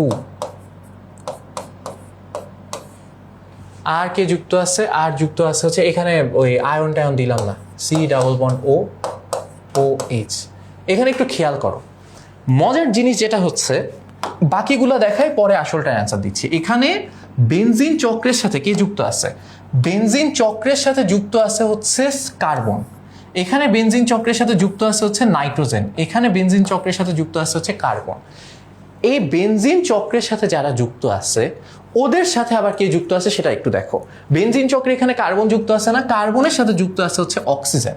যেহেতু এখানে কার্বনের সাথে অক্সিজেন যুক্ত আছে, অক্সিজেন কার্বনের থেকে ইলেকট্রন টান দেয়, কার্বনের থেকে যেহেতু অক্সিজেন ইলেকট্রন টান দিছে, কার্বন তখন এই বেনজিন চক্র থেকে ইলেকট্রন নিচের দিকে টান দেয়। সো যেহেতু এই ঘটনা ওরা ঘটায়, দ্যাটস ওয়াই ওরা বেনজিন চক্রকে সক্রিয় করে না, নিষ্ক্রিয় করে, বেনজিন চক্র থেকে ইলেকট্রন নিজের দিকে নিয়ে নেয়। বুঝতে পারছো কেন নিয়ে নেয়? কারণ যেই বেটা তোমার এই বেনজিন চক্রের সাথে যুক্ত আছে, সেই বেটা তড়িৎ ঋণাত্মকতা ওর সাথে যে যুক্ত আছে তার চেয়ে কম। আবার বলতেছি, যেই বেটা এখানে বেনজিন চক্রে যুক্ত আছে কার্বন, ওর তড়িৎ ঋণাত্মকতা ও যার সাথে যুক্ত আছে অক্সিজেন তার চেয়ে কম। Got it? এখানে আবার দেখো নাইট্রোজেন, নাইট্রোজেন কার সাথে যুক্ত আছে? বেনজিন চক্রে কে যুক্ত আছে? নাইট্রোজেন, নাইট্রোজেন কার সাথে যুক্ত আছে? অক্সিজেনের সাথে। এবার খেয়াল করো, নাইট্রোজেনের তড়িৎ ঋণাত্মকতা অক্সিজেনের চেয়ে কম, দ্যাটস ওয়াই কি হবে, অক্সিজেন নাইট্রোজেনের থেকে টানবে, নাইট্রোজেন এখান থেকে টানবে। বুঝছো? নিষ্ক্রিয় করবে। আবার দেখো এখানে বেনজিন চক্রে কে যুক্ত আছে? কার্বন, কার্বনের সাথে কে যুক্ত আছে? অক্সিজেন। তাহলে কি করবে, অক্সিজেন কার্বনের থেকে টানবে, কার্বন তখন বেনজিন চক্র থেকে টানবে। সো দ্যাটস ওয়াই এরা সবাই বেনজিন চক্রকে নিষ্ক্রিয় করতেছে। অন দ্য আদার হ্যান্ড এখানে দেখো বেনজিন চক্রে কে যুক্ত আছে? নাইট্রোজেন। এই নাইট্রোজেনের সাথে কে আরা যুক্ত আছে সেটার দিকে তাকাও। নাইট্রোজেনের সাথে যুক্ত আছে হচ্ছে হাইড্রোজেন। নাইট্রোজেন আর হাইড্রোজেনের মধ্যে কার তড়িৎ ঋণাত্মকতা বেশি? নাইট্রোজেনের তড়িৎ ঋণাত্মকতা বেশি। দ্যাটস ওয়াই নাইট্রোজেন কি করে, হাইড্রোজেনের থেকে ইলেকট্রন নিজের দিকে টান দেয়, নিজের দিকে টান দিয়ে সেই ইলেকট্রন ও বেনজিন চক্রে পাঠায় দেয়। ও হচ্ছে বেনজিন চক্র সক্রিয় করতেছে। এটা কি বুঝতে পারছো? খুব খুব খুব ইম্পর্টেন্ট একটা, তুমি এই বেসিকটা যদি এটা মাথায় রাখো, তাহলে কে অর্থপ্যারা নির্দেশক, কে মেটা নির্দেশক আর তোমার মুখস্থ করা লাগবে না। জাস্ট তুমি দেখবা বেনজিন চক্রে কোন মৌলটা যুক্ত থাকতেছে, এন্ড ওই মৌল যাদের সাথে যুক্ত আছে তাদের চেয়ে ওর তড়িৎ ঋণাত্মকতা বেশি না কম। জাস্ট এই জিনিসটা যদি খেয়াল করো তাহলে তোমার আর এটা মুখস্থই করা লাগবে না। অ্যান্সার কি হবে? অ্যান্সার হবে দ্যাটস ইট, শেষ। এবার দেখো এরপরেরটা দেখো, এরপর বলা হয়েছে নিচের কোন কার্বোক্যাটায়নের স্থায়িত্ব সর্বোচ্চ। কার্বোক্যাটায়নের স্থায়িত্ব কিসের উপর ভিত্তি, মানে কিসের উপর ডিপেন্ড করে? কার্বোক্যাটায়নের স্থায়িত্ব ডিপেন্ড করে হচ্ছে ওর সাথে যুক্ত তোমার কি মূলক বলে, অ্যালকাইল মূলক, রাইট? সো অ্যালকাইল মূলক কয়টা ওর সাথে যুক্ত আছে? কার্বোক্যাটায়নের স্থায়িত্ব বেশি হয় যখন ওর 3 ডিগ্রি হয়, তখন ওর স্থায়িত্ব সবচেয়ে বেশি হয়। যখন 2 ডিগ্রি হয় একটু কম হয়, 1 ডিগ্রি হলে আরো কম হয়, রাইট? তাহলে এখানে 3 ডিগ্রি কার্বোক্যাটায়ন কে? 3 ডিগ্রি কার্বোক্যাটায়ন হচ্ছে ডি। মাথায় রাখবা স্থায়িত্ব আর সক্রিয়তা পুরা আলাদা টার্ম। যদি এখানে সক্রিয়তার কথা বলতো তাহলে কিন্তু মাথায় রাখবা 3 ডিগ্রি সক্রিয়তা সবচেয়ে কম, কারণ ওর স্থায়িত্ব বেশি। যে স্থিতিশীল ওর সক্রিয়তা কম, যে হচ্ছে স্থির হয়ে গেছে, স্থিতিশীল মানে কি স্থির হয়ে গেছে, লাফালাফি করতেছে না। সো যে বেশি স্থিতিশীল তার সক্রিয়তা সবচেয়ে কম, ঠিক আছে? ওকে ওকে, এরপর বলা হয়েছে আইউপ্যাক পদ্ধতিতে CH3C এই যৌগটার নাম কি? আসো দেখি কি যৌগ দিছে। একটা কার্বন আছে, তার সাথে ক্লোরিন যুক্ত আছে, এইদিকে একটা CH3 যুক্ত আছে, ওর সাথে 3টা CH3 বেসিক্যালি যুক্ত আছে, এখানে একটা CH3, এখানে একটা CH3 যুক্ত। ওকে, এখানে একটা CH3 যুক্ত আছে। এখন খেয়াল করো, এখানে এখানে আমার মেইন শিকল কোনটা হবে? মেইন শিকল হবে হচ্ছে এইটা। মেইন শিকল কি এইটা? তাহলে এটা একটা কি? এটা একটা প্রোপেন। বুঝতে পারছো এটা কি? এটা একটা প্রোপেন। এবার আসো ওর সাথে শাখা কারা যুক্ত আছে? ওর সাথে শাখা যুক্ত আছে ক্লোরিন আর হচ্ছে তোমার মিথাইল মূলক। কয় নাম্বার কার্বনে যুক্ত আছে? 2 নাম্বার কার্বনে। তাহলে 2 নাম্বার কার্বনে একটা ক্লোরিন যুক্ত আছে, সো 2 ক্লোরো, তারপর কি লিখবা? 2 মিথাইল, কারণ 2 নাম্বার কার্বনে একটা মিথাইলও যুক্ত আছে, 2 ক্লোরো 2 মিথাইল, তারপর হচ্ছে এর নাম লিখে দাও, প্রোপেন, শেষ। ওকে, সো 2 ক্লোরো 2 মিথাইল প্রোপেন আছে এই বুঝছি। ওকে, এরপর বলা হয়েছে কোনটা অধিক ক্ষারকীয়। এখানে কি বলছে? কোনটা অধিক ক্ষারকীয়। এই জায়গাটাই আমি তোমাদের সাথে কয়েকটা কথা বলতে চাই, মাথায় রাখবা। এগুলো সবগুলো অ্যামিন, ঠিক আছে? অ্যামিনের ক্ষেত্রে অ্যামিন কত বেশি ক্ষারকীয় হবে না হবে এটা ডিপেন্ড করে পজিটিভ ইন্ডাকশন ইফেক্টের উপর। এখানে যে অ্যামিনগুলো আছে তার সাথে যতগুলা তোমার অ্যালকাইল মূলক যুক্ত থাকবে, বুঝো, অ্যামিনকে প্রথমে ছিল হচ্ছে NH3 অ্যামোনিয়া। অ্যামিন তৈরি হয় কেমনে? এই অ্যামোনিয়ায় যে হাইড্রোজেনগুলো আছে, এই হাইড্রোজেনগুলো যদি অ্যালকাইল মূলক দিয়ে প্রতিস্থাপিত হয়ে যায় তখনই অ্যামিন তৈরি হয়, রাইট? সো একটা হাইড্রোজেন যদি প্রতিস্থাপিত হয় তখন সেটা হচ্ছে আমাদের 1 ডিগ্রি অ্যামিন, আর NH2। আর 2 ডিগ্রি অ্যামিন কেমন? নাইট্রোজেনের 2টা হাইড্রোজেন হচ্ছে এমন তোমার অ্যালকাইল মূলক দিয়ে প্রতিস্থাপিত হয়ে গেছে, এটা 2 ডিগ্রি অ্যামিন। আর 3 ডিগ্রি অ্যামিন কেমন? নাইট্রোজেনের 3টা হাইড্রোজেনই অ্যালকাইল মূলক দিয়ে প্রতিস্থাপিত হয়ে গেছে। 3টা মূলকই কি অ্যালকাইল মূলক দিয়ে প্রতিস্থাপিত হয়ে গেছে। বাট সব ক্ষেত্রেই নাইট্রোজেনে মুক্তজোড় ইলেকট্রন কিন্তু আছে, মুক্তজোড় ইলেকট্রন কিন্তু আছে। এখন খেয়াল করো, মুক্তজোড় ইলেকট্রন যারা দান করে লুইস মতবাদ অনুযায়ী তারাই ক্ষার। ক্ষার কারা? যারা মুক্তজোড় ইলেকট্রন দান করে। আর ব্রোনস্টেড লাউরি মতবাদ অনুযায়ী অ্যাসিড কারা? যারা হচ্ছে প্রোটন দান করে, রাইট? সো প্রোটন দান করলে অ্যাসিড, আর মুক্তজোড় ইলেকট্রন দান করলে ক্ষার। সো এখানে মুক্তজোড় ইলেকট্রন ওর আছে, ও মুক্তজোড় ইলেকট্রন দান করতে পারে। এখন কোন ক্ষেত্রে মুক্তজোড় ইলেকট্রন দান করার প্রবণতা বেশি? এখন তোমরা জানো যে এই যে অ্যালকাইল মূলক যারা আছে ওদের পজিটিভ ইন্ডাকশন ইফেক্ট ক্রিয়েট করে। এখানে কি করবে ওরা হচ্ছে গিয়ে নিজের যে ইলেকট্রন ঘনত্ব ওরা পাস করে অন্যের দিকে পাস করে, ওর সাথে যারা যুক্ত আছে। তাহলে এই যে এখানে অ্যালকাইল, 3টা অ্যালকাইল মিলে নিজেদের ইলেকট্রন ঘনত্ব নাইট্রোজেনের দিকে ঠেলে দিচ্ছে। সো নাইট্রোজেনের ওভারঅল ইলেকট্রন ঘনত্ব বেড়ে গেছে, অ্যান্ড দ্যাটস ওয়াই ওর এই মুক্তজোড় ইলেকট্রন দান করার প্রবণতা বেড়ে যাবে না? অবশ্যই বেড়ে যাবে। সো এই ক্ষেত্রে ওর হচ্ছে কি বেশি হবে? ও হচ্ছে বেশি ক্ষার হবে, কারণ ওর মুক্তজোড় ইলেকট্রন দান করার প্রবণতা বেশি। এর একটু কম, এর আরেকটু কম। বাট যদি তোমাকে কখনো বলে জলীয় দ্রবণে, তো এখানে অ্যান্সার কি হবে? এখানে অ্যান্সার সিম্পল, এখানে অ্যান্সার হবে ডি। এখানে অ্যান্সার ডি, কারণ ক্ষারকীয় বলছে। হ্যাঁ, ক্ষারক আর ক্ষারের মধ্যে ডিফারেন্স তো বুঝো। ক্ষারক মানে কারা? যারা পানিতে দ্রবীভূত হয় না। আর ক্ষারীয় কারা? মানে ক্ষার কারা? যারা পানিতে দ্রবীভূত হয়। বাই এনি চান্স যদি তোমাকে বলতো যে এইদের মধ্যে জলীয় দ্রবণে কোনটা সক্রিয়তা বেশি, আবার বলতেছি, যদি তোমাকে বাই এনি চান্স বলতো যে জলীয় দ্রবণে সক্রিয়তা বেশি না, জলীয় দ্রবণে কোনটা বেশি ক্ষার ধর্ম প্রদর্শন করে, তখন কিন্তু দান উল্টায় যেত। এখন পর্যন্ত ক্ষার মানে আমি যদি ক্ষারকত্বের দিক দিয়ে হিসাব করি তাহলে কে আগায় আছে 3 ডিগ্রি, তারপর কে 2 ডিগ্রি, তারপর 1 ডিগ্রি। কিন্তু জলীয় দ্রবণে হিসাবটা একটু উল্টায় যায়। তো কারণ জলীয় দ্রবণে তোমার ক্ষার হইতে হইলে ওর প্রোটন গ্রহণ করতে হইতো, পানিতে যে H+ আছে সেটা ওর গ্রহণ করতে হইতো। তাহলে এখন একটু মজার জিনিসটা দেখো, লেটস সে RNH2 পানিতে আছে, তাইলে ও কি করবে? পানির প্রোটনটা গ্রহণ করবে, পানি H2ওর মধ্যে যে H+ আছে সেটাও গ্রহণ করবে। গ্রহণ করে কি বানাবে? RNH3। এটা একটা পজিটিভ চার্জ হয়ে যাবে কারণ ও একটা প্রোটন গ্রহণ করছে, রাইট? আর পানি থেকে যেহেতু একটা H+ চলে গেছে, সো ও হয়ে যাবে H-। তার মানে ব্যাপারটা হচ্ছে এখানে আমার একটা H+ আসবে। পানিতে যখন এই ঘটনা ঘটতেছে তখন কি হবে? তখন হচ্ছে এখানে একটা H+ আসতেছে, এখানে একটা H+ আসতেছে, সেই মুক্তজোড় ইলেকট্রনের সাথে সন্নিবেশ সমযোজী বন্ধন তৈরি করতে চাচ্ছে। ওকে, যখন সে H+ গ্রহণ করে, যে H+ আয়ন গ্রহণ করে, যে প্রোটন গ্রহণ করে, সেই তো ক্ষার। তাহলে এ কেন ক্ষার? কারণ ও H+ গ্রহণ করছে, রাইট? তাহলে H+ যারা গ্রহণ করতেছে ওরাই ক্ষার। এখন বুঝো এই জায়গাটা একটু দেখো, 3টা অ্যালকাইল মূলক নাইট্রোজেনকে ঘিরে রাখছে। অ্যালকাইল মূলক আকারে বড়, তারা নাইট্রোজেনকে ঘিরে রাখছে 3D-তে ভাবো, বড় বড় 3টা মূলক নাইট্রোজেনের চারপাশে, তাহলে H+ এসে কি নাইট্রোজেনে অ্যাটাক করতে পারবে, নাইট্রোজেনের সাথে যুক্ত হইতে পারবে? ও জায়গায় পাবে না, ও জায়গায় পাবে না, বুঝতে পারছো? যেহেতু ও জায়গায় পাইতেছে না, সো এই বিক্রিয়া ঘটানোটা একটু টাফ হয়ে যাবে। অ্যান্ড দ্যাটস ওয়াই ওই যে 3 ডিগ্রি, তারপর 2 ডিগ্রি, তারপর যে 1 ডিগ্রির যে হিসাবটা সেটা উল্টায় যাবে, কারণ 3 ডিগ্রিতে H+ আসতেই পারে না, H+ এসে এখানে যুক্ত হওয়ার সুযোগই পায় না। দ্যাটস ওয়াই 3 ডিগ্রির ক্ষার ধর্ম সবচেয়ে কম হয় জলীয় দ্রবণে। ক্ষার ধর্ম সবচেয়ে কম হয় কার? 3 ডিগ্রির। অ্যান্ড 2 ডিগ্রি বেশি হয়, কারণ 2 ডিগ্রিতে জায়গাও আছে আর ওর পজিটিভ ইন্ডাকশন ইফেক্টও বেশি তুলনামূলক। তারপর 1 ডিগ্রি, 3 ডিগ্রি সবচেয়ে কম। বুঝতে পারছো? এটা একটু মাথায় রাখো, এটা কখন হবে? জলীয় দ্রবণে হবে। শিখায় রাখলাম, জীবনে ভুলিস না কিন্তু বলা পাই, অ্যাডমিশনেও এটা কাজে লাগবে। এরপর বলা হয়েছে কোনটা ইলেকট্রোফাইল, নিচের কোনটা ইলেকট্রোফাইল? ইলেকট্রোফাইল কারা? ইলেকট্রোফাইল মানে হচ্ছে ইলেকট্রনের প্রতি আকর্ষণ আছে। সো বেসিক্যালি মাথায় রাখবা, যারাই লুইস অ্যাসিড তারাই ইলেকট্রোফাইল। লুইস অ্যাসিড কারা? যারা হচ্ছে মুক্ত জোরে ইলেকট্রন গ্রহণ করে, লুইস অ্যাসিডরা হচ্ছে ইলেকট্রোফাইল। এখানে লুইস অ্যাসিড কি আছে? BCl3, সো ও হচ্ছে একটা ইলেকট্রোফাইল। কারণ ওর ইলেকট্রোফাইল মানে কি? যার ইলেকট্রনের প্রতি কি বলবো, ফিলিংস আছে, আকর্ষণ আছে, ঠিক আছে? ওকে, সো এই প্রশ্নটা দেখো, এখানে বলা হয়েছে অ্যামোনিয়াকাল সিলভার নাইট্রেটের সাথে বিক্রিয়া করে নিচের কোনটা? হ্যাঁ, সো এই জায়গাটাই একটু তোমার বুঝতে হবে, সেটা হচ্ছে কি কি আছে এখানে অপশনে, RCHO আর হচ্ছে RCOX। By the way, ammoniacal silver nitrate মানে কি? টলেন বিকারক।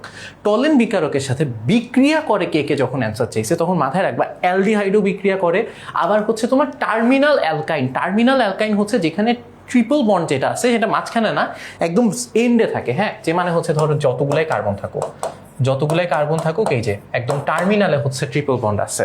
সো এই জায়গাগুলোতে হচ্ছে তোমার কি করে, ওরা হচ্ছে তোমার টলেন বিকারকের সাথে বিক্রিয়া করে। তাহলে অ্যালডিহাইডও বিক্রিয়া করে তোমার টার্মিনাল অ্যালকাইন, এটা কিন্তু টার্মিনাল কারণ এক সাইড থেকেই তো আছে, এর মাঝখানে মনে হচ্ছে, বাট এটা তো 1 নম্বর কার্বনেই আছে, সোজা ভাষায় 1 নম্বর কার্বনে যখন থাকে, ঠিক আছে? সো এটা তো টার্মিনাল অ্যালকাইন। সো এই দুইটাই কিন্তু টলেন বিকারকের সাথে বিক্রিয়া করে, ঠিক আছে? সো এই দুইটা একসাথে অপশনে রাখা উচিত হয় না, দুইটাই হবে অ্যান্সার। বাট তোমাকে যদি বলে কোনটা দর্পণ পরীক্ষা দেয়, মিরর টেস্ট কোনটা দেয়, সেইটা কিন্তু অ্যালডিহাইড দেয়, এটা দেয় না, এটা বিক্রিয়া করে কিন্তু দর্পণ পরীক্ষা দেয় হচ্ছে ও। ওকে, আচ্ছা, এবার আসো সামনে যাই। সো অ্যান্সার দুইটাই হয় এখানে, সো অপশনে দুইটা একসাথে রাখা উচিত হয় না। এরপর বলছে অ্যালকাইল হ্যালাইডে SN1 বিক্রিয়ায় সক্রিয়তার ক্রম কোনটি? SN1 বিক্রিয়ায় সক্রিয়তার ক্রম হচ্ছে 3 ডিগ্রি, 2 ডিগ্রি আর 1 ডিগ্রি। কোন কার্বক্সিল মূলক শনাক্তকরণে টলেন বিকারক ব্যবহার করা হয়? অ্যালডিহাইড শনাক্তকরণে আমার টলেন বিকারক ব্যবহার করা হয়। বেনজিন CH বন্ধনে নিচের কোন অরবিটাল সংকরায়ন ঘটে? আচ্ছা, CH বন্ধনে কোন অরবিটাল ঘটে, মানে কোন অরবিটালের মধ্যে বন্ধনটা ঘটে, ঠিক আছে? বন্ধন কোন অরবিটালে ঘটে এটা বললে ভালো হতো। তাহলে একটু খেয়াল করো, প্রত্যেকটা কার্বন এখানে কি আছে? বেনজিন না, এই যে প্রত্যেকটা কার্বনের সাথে একটা করে হাইড্রোজেন যুক্ত আছে, রাইট? প্রত্যেকটা কার্বনের সাথে কি যুক্ত আছে? একটা করে হাইড্রোজেন যুক্ত আছে। এখানে যে কার্বন আর হাইড্রোজেনের মধ্যে বলছে যে বন্ধনটা ঘটে সেটা কোন অরবিটালে ঘটে? হাইড্রোজেনে তো সব এস অরবিটাল, সবগুলো হাইড্রোজেনে এস অরবিটাল, আর কার্বন এখানে সবগুলা কোন সংকরণে সংকরিত? sp2 সংকরিত। তাহলে sp2 আর এস এর মধ্যে ঘটনাটা ঘটে, সো অ্যান্সার হবে হচ্ছে বি, ঠিক আছে? ওকে, এরপর বলা হয়েছে বেনজিনে কতগুলা পাই ইলেকট্রন আছে? বেনজিনে পাই ইলেকট্রন কতগুলা আছে, কত জোড়া না আছে? ও পাই ইলেকট্রন আছে হচ্ছে 6টা। আচ্ছা, C5H10O থেকে কয়টা সমাণু পাওয়া যায়? এইটা দেখো, C5H10O মানে CnH2nO, এরকম যখন ঘটনা ঘটে তখন হচ্ছে গিয়ে আমাদের কি আসে? এটা হয় অ্যালডিহাইড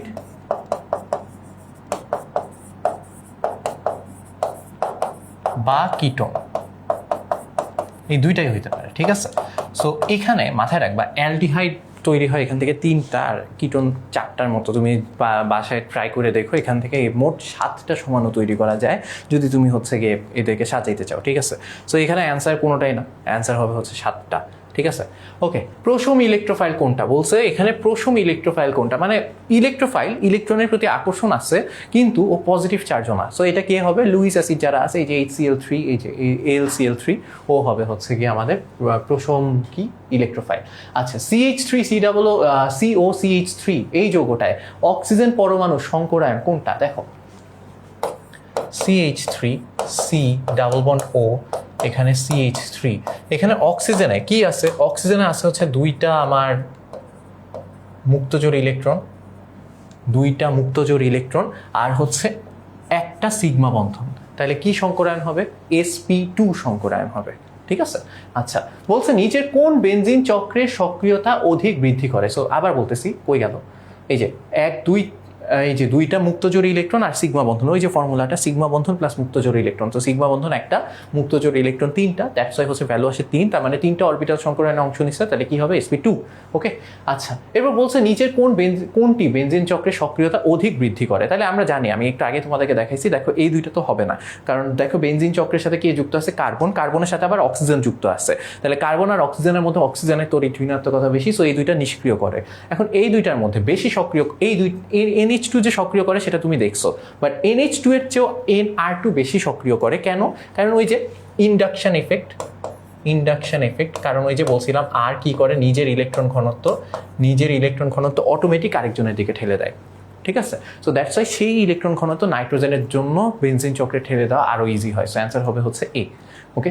আচ্ছা, এরপর বলা হয়েছে নিচে কোনটি মেটা নির্দেশক নয়? মেটা নির্দেশক নয় মানে অর্থপ্যারা নির্দেশক। মেটা নির্দেশক কারা? যারা নিষ্ক্রিয় করে বেনজিন চক্রকে, যেমন ধরো NO2 বেনজিন চক্রকে নিষ্ক্রিয় করে। নাইট্রোজেন যুক্ত আছে, নাইট্রোজেনের চেয়ে অক্সিজেনের তড়িৎ ঋণাত্মকতা বেশি। এখানে সালফার যুক্ত আছে, সালফারের সাথে অক্সিজেন যুক্ত আছে, অক্সিজেনের তড়িৎ ঋণাত্মকতা বেশি, সো এরাও নিষ্ক্রিয় করে।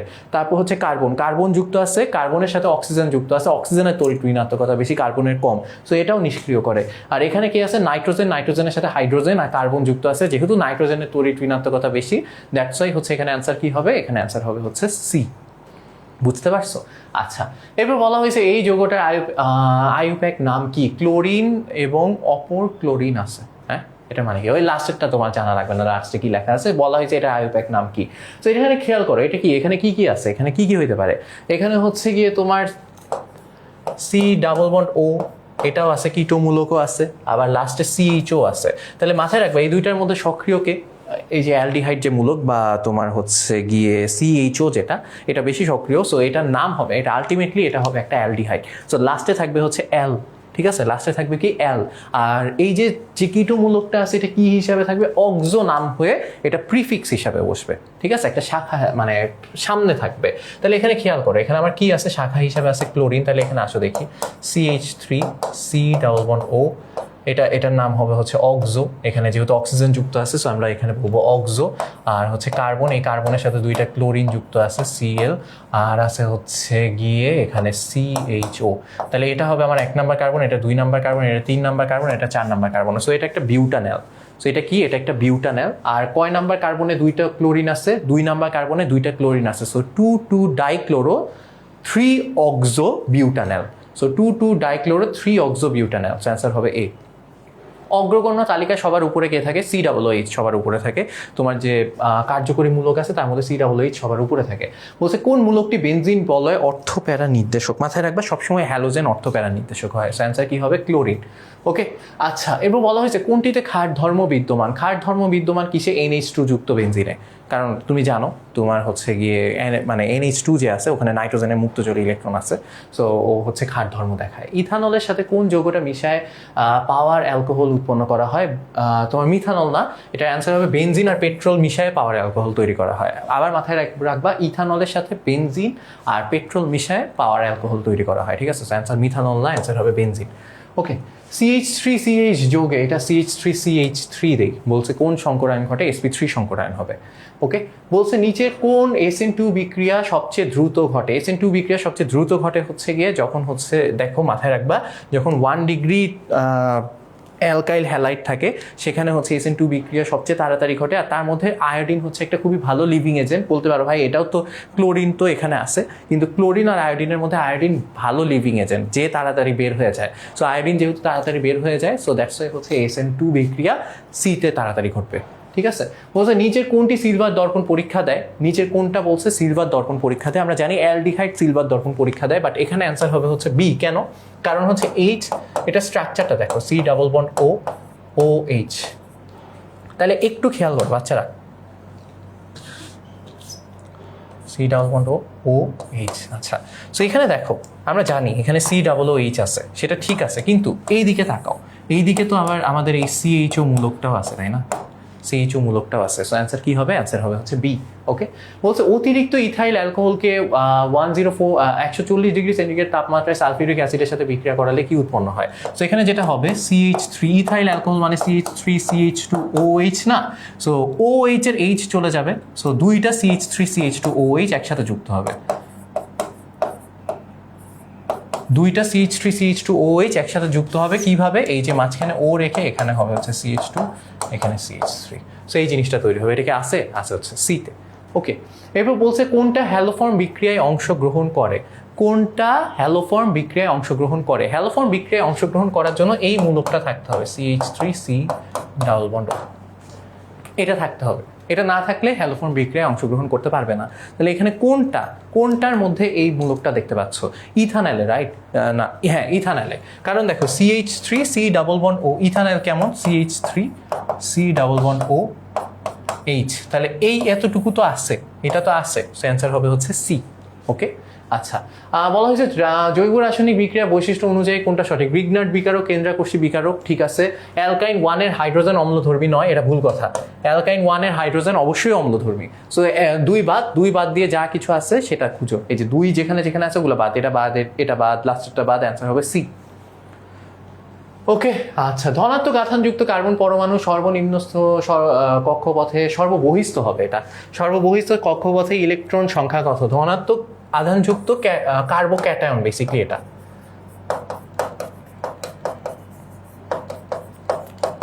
মানে তোমার কার্বোক্যাটায়নের কথা বলা হয়েছে, তাই কার্বোক্যাটায়ন কেমন?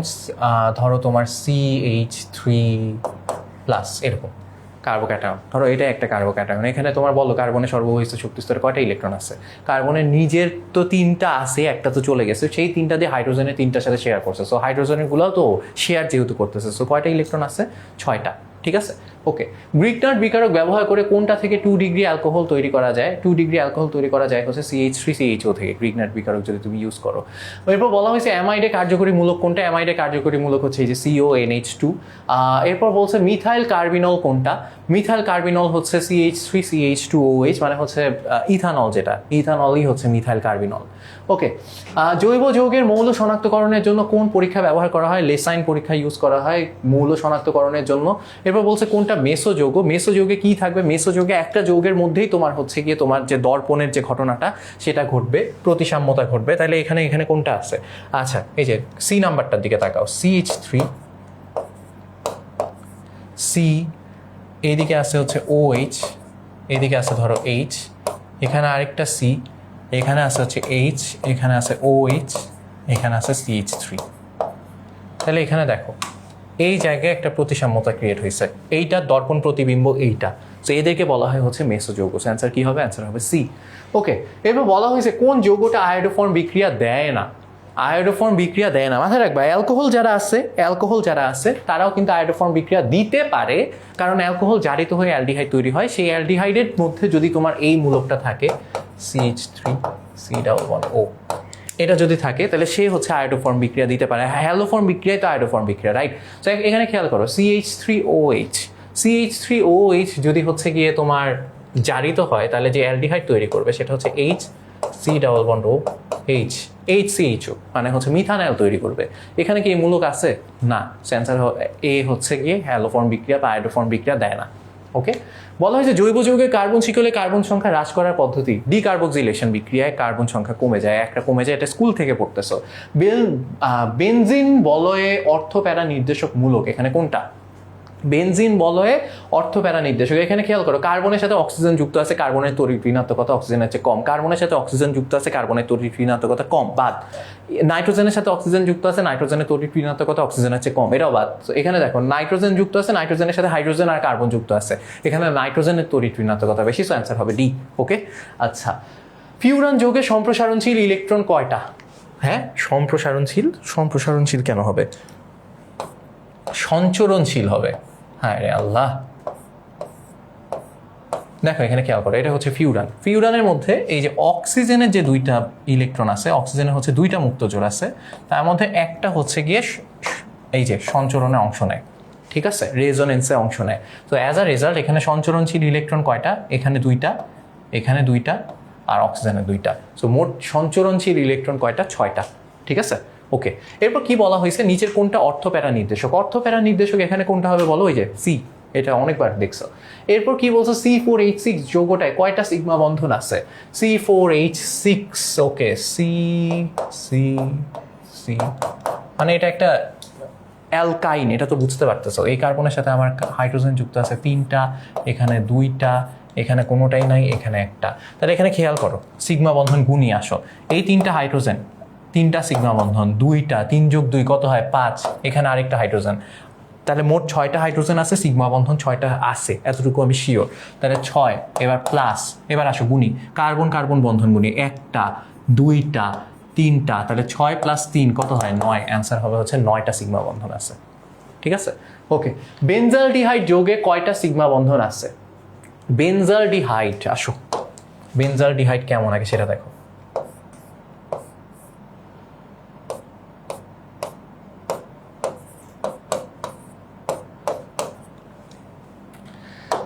আর তার সাথে সাথে এখানে হচ্ছে প্রত্যেকটা কার্বনের সাথে একটা করে হাইড্রোজেন আছে, এটা ভুলে যেও না। মোট হাইড্রোজেন আছে কয়টা? 5টা, তার মানে 5টা তো সিগমা বন্ধন আছে, এতটুকু আমি জানলাম। 5, তারপর কার্বন কার্বনের নিজেদের মধ্যে 1 2 3 4 5 6টা সিগমা বন্ধন আছে, তাহলে 5 যোগ 6 কত হয়েছে? 11। আর কি আছে? আর দেখো এখানে হচ্ছে আরেকটা সিগমা বন্ধন আছে, 1 যোগ এখানে একটা, এখানে একটা, কয়টা হইলো? আরো 2টা, তাহলে গুণ হয়ে বা 6 7 8 9, 9 আর 5 কত হয়? 14টা। সো অ্যান্সার হচ্ছে সি। ওকে, আচ্ছা, আলোক সমানুতা প্রদর্শন করে, আলোক সমানুতা কে প্রদর্শন করে? সো আলোক সমানুতা প্রদর্শন করবে হচ্ছে বিউট টু অল। হ্যাঁ, ঠিক আছে। তাহলে দেখো বিউট টু অল কেন আলোক সমানুতা প্রদর্শন করতেছে? কারণ হচ্ছে দেখো carbon CH3 CH2 COH CH3, খেয়াল করো এখানে, এখানে এই যে একটা কাইরাল কার্বন আছে, দেখতে পাইছো? এখানে একটা কাইরাল কার্বন আছে, কারণ দেখো এই কার্বনের 4 হাতে 4 রকম জিনিস আছে। এই হাতে আছে হচ্ছে ইথাইল মূলক, এই হাতে আছে মিথাইল মূলক, এই হাতে আছে OH, এই হাতে আছে H। বুঝতে পারছিস? অ্যান্সার হবে এ। এবার বলা হয়েছে কোনটি অ্যামাইডের কার্যকরী মূলক, এটা তো দেখাইলাম, CONH2 যেটা ডি। ওকে, অ্যালডিহাইড ও কিটোনের পার্থক্য সূচক পরীক্ষায় কোনটা ব্যবহার করা হয়? AgNH32, মানে হচ্ছে টলেন বিকারক ইউজ করা হয়।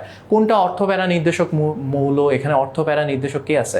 এই যে সি, দেখো এখানে কার্বনের সাথে যুক্ত আছে অক্সিজেন, অক্সিজেনের তড়িৎ ঋণাত্মকতা কার্বনের এই যে বাকিদের চেয়ে বেশি, দ্যাটস ওয়াই এইটা হচ্ছে এখন আমার অর্থপ্যারা নির্দেশক। ঠিক আছে, বলছে কোন সমগোত্রীয় শ্রেণী সাধারণ সংকেতে এন এর সর্বনিম্ন মান 1 প্রযোজ্য? অ্যালকোহলে। বেনজিনের কার্বন কার্বন বন্ধন দূরত্ব কত ন্যানোমিটার? 0.139 ন্যানোমিটার। কোনটা বেনজিন বলয়ের সক্রিয়তা হ্রাস করে? বেনজিন বলয়ের সক্রিয়তা কে হ্রাস করে এখানে বলো তো? প্রথমটা, এই যে দেখো, এইটা কেন হ্রাস করে না? কারণ এখানে কার্বন যুক্ত আছে, কার্বনের সাথে হাইড্রোজেন যুক্ত আছে, কার্বনের তড়িৎ ঋণাত্মকতা হাইড্রোজেনের চেয়ে একটু বেশি, তো দ্যাটস ওয়াই হচ্ছে এখানে তো হ্রাস করে না এটা। নাইট্রোজেনের সাথে হাইড্রোজেন যুক্ত আছে, নাইট্রোজেনের তড়িৎ ঋণাত্মকতা বেশি। অক্সিজেন যুক্ত আছে, অক্সিজেনের তড়িৎ ঋণাত্মকতা বেশি, বাট এখানে কার্বন যুক্ত আছে কিন্তু কার্বনের তড়িৎ ঋণাত্মকতা কম অক্সিজেনের চেয়ে, দ্যাটস ওয়াই হচ্ছে ও হ্রাস করবে। বুঝতে পারছো? আর মুখস্থ করার দরকার নাই। এরপর আসো, C5H12 এই সংকেত বিশিষ্ট যৌগে কতগুলো সমাণু সম্ভব? এখানে 3টা সমাণু সম্ভব। আরো কয়েকটা জিনিস বলে দেই, তোমার যদি C6H12 থাকতো, C6H12 এ তোমার সমাণু হয় হচ্ছে 5টা, আর হচ্ছে গিয়ে C7H12 যদি, সরি C6H12 কেন বলতেছি, C6H14 মানে 6 কার্বন বিশিষ্ট যে অ্যালকেন সেটার নাম হবে হেক্সেন, আর 7 কার্বন বিশিষ্ট যে অ্যালকেন C7H16 এটাই হবে হচ্ছে গিয়ে তোমার 9টা। এগুলো একটু মাথায় রেখো, ঠিক আছে? 3 5 9। ওকে, আচ্ছা, রেকটিফাইড স্পিরিটে পানির শতকরা পরিমাণ কত? রেকটিফাইড স্পিরিটে পানির শতকরা পরিমাণ 4.4%। CH3CH এই যৌগের আরেকটা নাম কি? আচ্ছা, এই যৌগটা দেখো এখানে যেহেতু COOH আছে, তুমি জানো এই সক্রিয়তা সবচেয়ে বেশি, সো এটা হবে একটা অ্যাসিড, কিছু একটা অ্যাসিড। কয় কার্বন বিশিষ্ট অ্যাসিড? 1 2 3 4, butanoic acid. ওকে, তার মানে 4 কার্বন বিশিষ্ট অ্যাসিড। ওকে, তাহলে এবার দেখো এখানে কি আছে, কয় নাম্বার কার্বনে? 1 নাম্বার, 2 নাম্বার, 2 নাম্বার কার্বনে ডাবল বন্ড আছে, রাইট? তাহলে দেখো বিউট 2 ইন এই পর্যন্ত হয়েছে, বিউট 2 ইন ওইক অ্যাসিড কয় নাম্বার কার্বনে? 1 নাম্বার কার্বন ওইক অ্যাসিড, তাহলে but 2 ene 1 oic acid, 1 oic acid না দিলেও হতো, বিউট 2 ইন ওইক অ্যাসিড দিলেও হইতো, বুঝছো? 1 ওইক অ্যাসিড দিছে, তাহলে অ্যান্সার হবে হচ্ছে সি। ওকে, নিচের কোন বিক্রিয়ায় কার্বন সংখ্যা বৃদ্ধি পায়? কার্বন সংখ্যা বৃদ্ধি পায় উডস বিক্রিয়ায়। আর হচ্ছে C3H7MgX আর কার্বন ডাইঅক্সাইডের বিক্রিয়ায় উৎপন্ন যৌগের আদ্র বিশ্লেষণে কি উৎপন্ন হয়? মাথায় রাখবা এখানে উৎপন্ন হবে বিউটানোইক অ্যাসিড। বিউটানোইক অ্যাসিড যে উৎপন্ন হবে এটা তোমার জানা উচিত, কিন্তু ভাই এখানে কিন্তু কার্বন আছে 3টা। কেন 4 কার্বন বিশিষ্ট অ্যাসিড তৈরি হচ্ছে? কারণ হচ্ছে এখানে কার্বন ডাইঅক্সাইডের একটা কার্বনও এসে যুক্ত হয়ে যায়। সো এটা একটু মাথায় রাখো, বিউটানোইক অ্যাসিড তৈরি হয়। এরপর বলা হয়েছে RCONH2 এই যৌগটায় কার্বন আর নাইট্রোজেনের সিগমা বন্ধন কোন অরবিটালের অধিক্রমণে সৃষ্টি হয়েছে? তাহলে এখানে দেখো RC*OH2।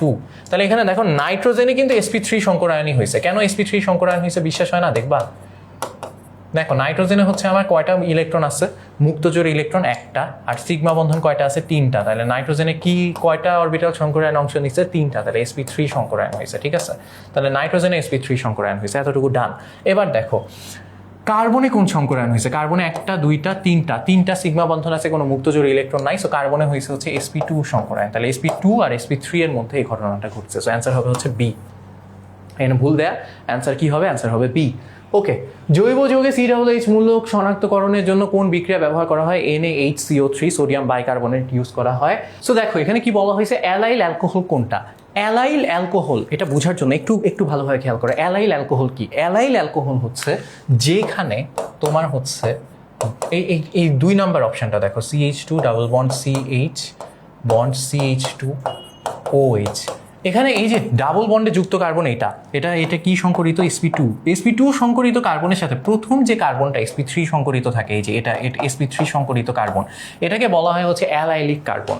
এই অ্যালাইলিক কার্বনের সাথে যে OH যুক্ত থাকে সেটাই হচ্ছে অ্যালাইলিক অ্যালকোহল। তাহলে এখানে খেয়াল করো, এটা sp2 সংকরিত কার্বনের সাথে OH যুক্ত আছে, এটা না। এখানেও sp2 সংকরিত কার্বনের সাথে OH যুক্ত আছে, এটাও না। এখানে খেয়াল করো, এখানে হচ্ছে এই কার্বনটা sp2 সংকরিত, তার সাথে যে প্রথম sp3 সংকরিত কার্বন যুক্ত আছে এটাই হচ্ছে অ্যালাইলিক কার্বন, এর সাথে OH যুক্ত আছে, এটাকে বলা হয় অ্যালাইল অ্যালকোহল।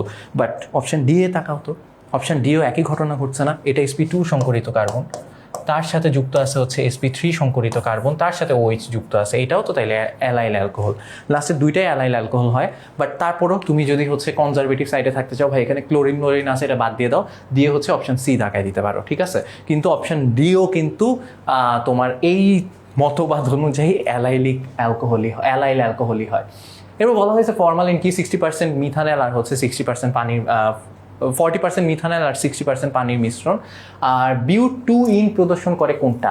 বিউট-2-ইন জ্যামিতিক সমানতা প্রদর্শন করে। সো আমি 100টা এমসিকিউ পড়াই দিলাম, বাকি 100টা এমসিকিউ ফারদিন ভাই তোমাদেরকে দেখাই দিবে। সো এই পর্যন্ত তোমাদের সাথে কেমিস্ট্রি সেকেন্ড পেপারে সব রকম যত টাইপের এমসিকিউ এখন পর্যন্ত দেখছো, এগুলো একটু প্র্যাকটিস করে, এগুলো প্র্যাকটিস করলে এই টাইপের যত রকম এমসিকিউ আছে, যত টাইপের এমসিকিউ আছে সবই তুমি সলভ করতে পারবা ইনশাল্লাহ। সো আমি এখানে বিদায় নিচ্ছি, ফারদিন ভাই শুরু করতেছে এখন। হ্যালো বাচ্চারা, এখন আমরা 101 থেকে 200 নাম্বার পর্যন্ত বহু নির্বাচনী প্রশ্ন ইনশাআল্লাহ সলভ করব। প্রথম প্রশ্নটা হচ্ছে জিজ্ঞেস করেছে 2 ডিগ্রি অ্যালকোহলের কার্যকারী মূলক কোনটা? প্রথমে আমরা 9-10 থেকে পড়ে এসেছি অ্যালকোহল মানে হচ্ছে OH মূলক, রাইট? এখন 2 ডিগ্রি মানে কি? 2টা অ্যালকাইল মূলক থাকতে হবে, অর্থাৎ একটা কার্বনের সাথে এরকম করে OH থাকবে, এই কার্বনের সাথে 2টা অ্যালকাইল মূলক থাকবে।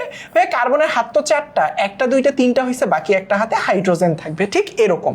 আমাকে ফোকাস দিতে হবে কোথায় জানো? 2টা অ্যালকাইল মূলক থাকবে আসলে 2 ডিগ্রিতে। এখানে 2টা হাত কোথায়? এখানে এটা তো OH মূলক না, এটা COOH মূলক, এটা আগে বাদ, এটা CHO মূলক। এখানে OH মূলক আছে কিন্তু এর হাত একটা, কিন্তু এর হাত দেখো আসলে 2 দিকে 2টা, যার কারণে এটা হচ্ছে 2 ডিগ্রি অ্যালকোহল মূলক। তার পরবর্তীতে কোশ্চেনটা দেখো, 1 ডিগ্রি 2 ডিগ্রি 3 ডিগ্রি অ্যালকোহলের পৃথকীকরণের জন্য সবসময় মনে রাখবা লুকাস বিকারক ব্যবহার করা হয়। লুকাস বিকারক মানে কি?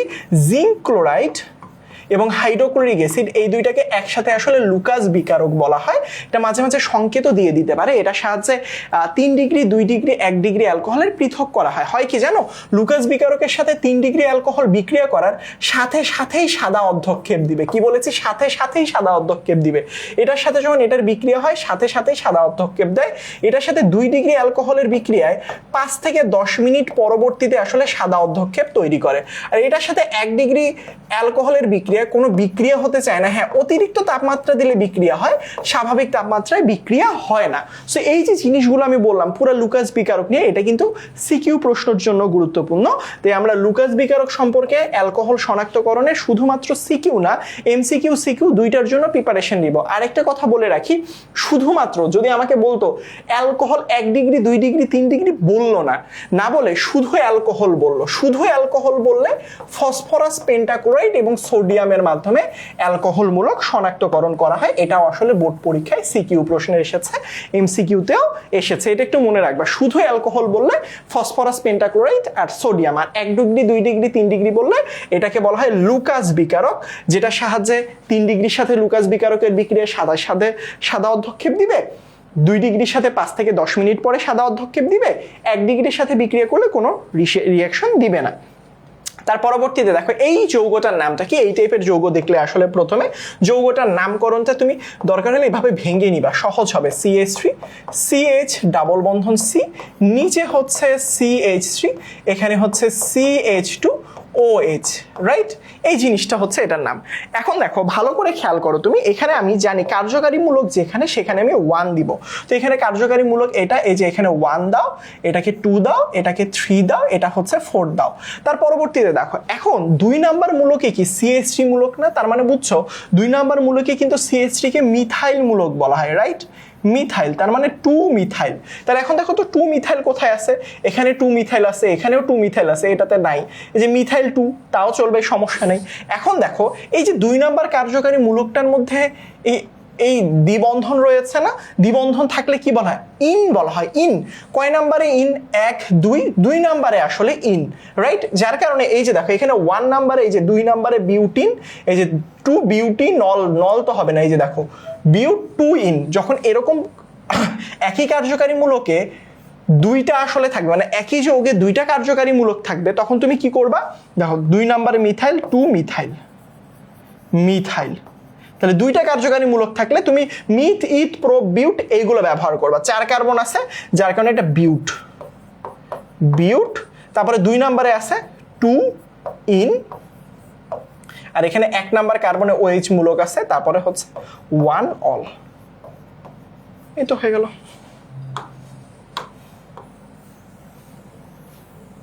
বুঝাইতে পারছি? কোনটা অ্যারোমেটিক হাইড্রোকার্বন নয়? কি বলেছে? কি নয়? অ্যারোমেটিক হাইড্রোকার্বন নয়। মনে রাখবে এখানের মধ্যে বেনজিন অ্যারোমেটিক, থায়োফিন। শুনো, শুধুমাত্র অ্যারোমেটিক হাইড্রোকার্বন না, অ্যারোমেটিক হাইড্রোকার্বনের সাথে এলিসাইক্লিক কোনগুলো, তারপর হেটারো এরিমেটিক যৌগ কোনগুলো, বা বিষম অ্যারোমেটিক যৌগ কোনগুলো, সবগুলো না দয়া করে একটু মুখস্থ করে রাখো। যেমন এখানের মধ্যে অ্যারোমেটিক যৌগের কথা যদি বলে, এই যে সাইক্লো যদি কারো নামে প্রথমে থাকে তাহলে মনে রাখবা সেটা আসলে একটা সাইক্লিক যৌগ, সেটা আসলে অ্যারোমেটিক হাইড্রোকার্বন মধ্যে পড়ে না। এগুলো একটু মনে রাখবা। তার পরবর্তীতে অ্যানথ্রাসিন অণুতে পাই বন্ধনের সংখ্যা। অ্যানথ্রাসিন জানো তো, অ্যানথ্রাসিনে এরকম 3টা এরকম, এটা হাজারিন আক্সারের বইয়ের মধ্যে আছে, এরকম থাকে চক্র। চক্র 3টা যদি আমি বাদ দিতাম তাহলে জিনিসটা দেখতে এরকম হইতো, এটা বাদ এটা, এই যে তারপরে এখানে এরকম দেখতে। সো দেখো এখানে কয়টা আছে? 3টা বন্ধন, 2টা বন্ধন, 2টা, মানে 3 2 5, 5 আর 2 7, 7টা পাই বন্ড আছে। তাহলে একটা বন্ধনে কয়টা পাই ইলেকট্রন? 2টা। আমরা জানি একটা বন্ধনে 2টা ইলেকট্রন থাকে, একটা বন্ধনে 2টা ইলেকট্রন, একটা বন্ধনে 2টা ইলেকট্রন, একটা বন্ধনে কয়টা ইলেকট্রন? 2টা ইলেকট্রন, রাইট? এখন ভালো করে খেয়াল করো ভাইয়া, এই যে একটা বন্ধনে 2টা ইলেকট্রন আছে, তাহলে 7টা বন্ধনে কয়টা আছে? 14টা পাই ইলেকট্রন আছে। এখন এটা বাদ দিও, তুমি চাইলে হাকেল তত্ত্ব অনুসারে তুমি এটা করতে পারো। কোন একটা যৌগে, অ্যারোমেটিক যৌগে 4n+2 সংখ্যক পাই বন্ধন থাকে। এখানে n মানে চক্রের সংখ্যা, এখানে কি হবে? 1টা 2টা 3টা চক্র, তাহলে এখানে চক্রের সংখ্যা হচ্ছে 3টা। তাহলে 4 × 3 + 2, তাহলে 3 4 4 12, 12 আর 2 14, তাহলে এটা মিলে যায়। বুঝাইতে পারছি? সো এগুলো একটু মনে রাখবা, 2 পাশ থেকেই মেলানো যায়। এই যৌগ দিয়ে আলোক সমাণু প্রদর্শন করবে। দেখো এই যৌগ হচ্ছে একটা অ্যালকোহল যৌগ। কিভাবে ভাইয়া অ্যালকোহল যৌগ? আমি তোমাকে একটু লিখে দেখাই। জিনিসটা দেখতে ঠিক এভাবে লিখো। দেখো CH3 CH2, এখানে কার্বন, এখানে একটা OH দাও, এখানে একটা CH3 দাও, এখানে একটা H দাও। এই দেখো OH মূলক আছে মানে এটা একটা কার্যকারী মূলক আছে এই যৌগে, তার মানে এটা একটা অ্যালকোহল। এখন দেখো বাকি এই যে এই হাইড্রোজেনটা এখানেও লিখতে পারতাম, বাট এখানে কেন না লিখে উপরে লিখলাম, কারণ হচ্ছে এই কার্বনটাকে ফোকাস করো। এই কার্বনটা আসলে একটা কাইরাল কার্বন যুক্ত, রাইট? এটাকে কাইরাল কার্বন বলবো কারণ এখানে একটা আলাদা কার্যকারী মূলক যুক্ত, এখানে একটা আলাদা কার্যকারী মূলক, এখানে একটা আলাদা, এখানে আলাদা আরেকটা, তাহলে 4 হাতে 4টা আছে। সো দেখো এটাকে কি বলবো বলো তো, প্রাইমারি বিউটানল নাকি সেকেন্ডারি? অর্থ এটা হচ্ছে অবশ্যই সেকেন্ডারি। ভাইয়া কেন সেকেন্ডারি? কারণ এখানে দেখো যে কার্বনের সাথে দুইটা অ্যালকাইল মূলক কার্যকারী থাকে, যে এটা একটা অ্যালকাইল মূলক আর এটা একটা অ্যালকাইল মূলক আর, দুইটা আছে যার কারণে এটাকে কি বলবো, সেকেন্ডারি। OH যার কারণে এটা একটা alcohol, right? 4 carbon, secondary butanol.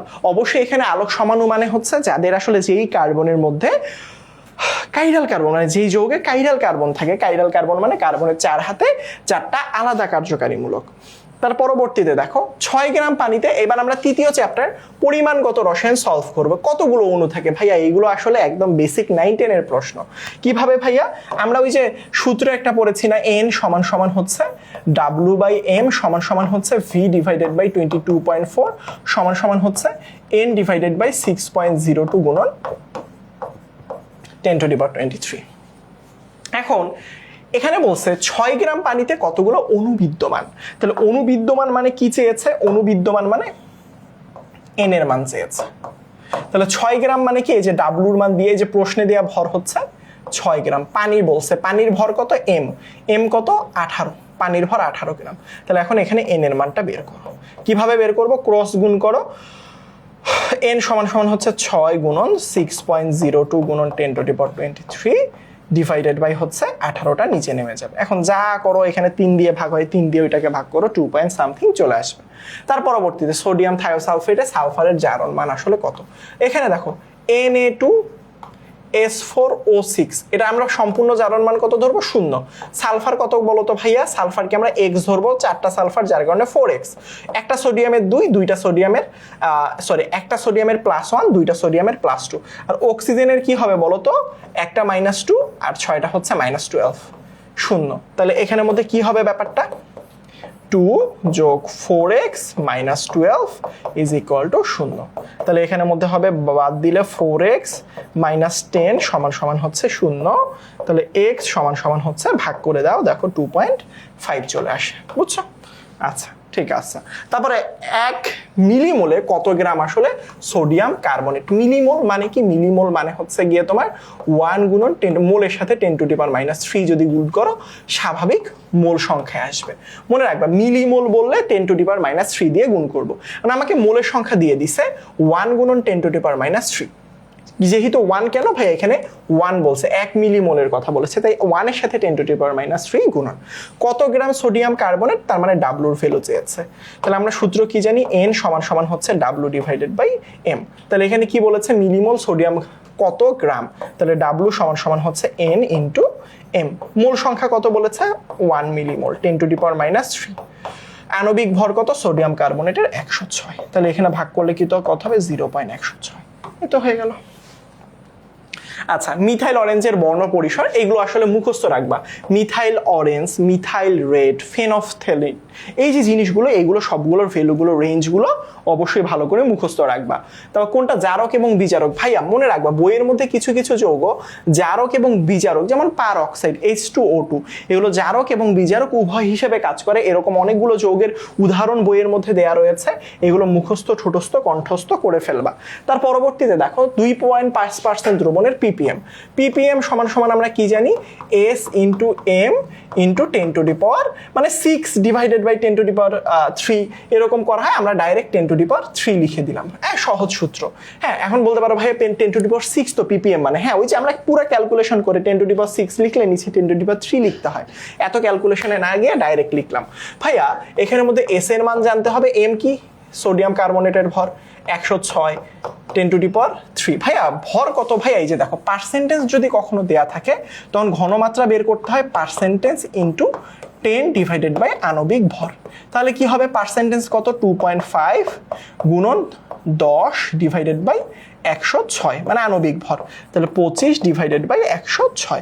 তাহলে এখানের মধ্যে তুমি ক্যালকুলেশন করো, 25 ডিভাইডেড বাই 106 গুণন আবারও 106 গুণন 10 টু দি পাওয়ার 3। তাহলে এখানের মধ্যে সুন্দর মতো দেখো, ভালো করে খেয়াল করো, 106 কাটা, তাহলে 25 গুণন 10 টু দি পাওয়ার 3।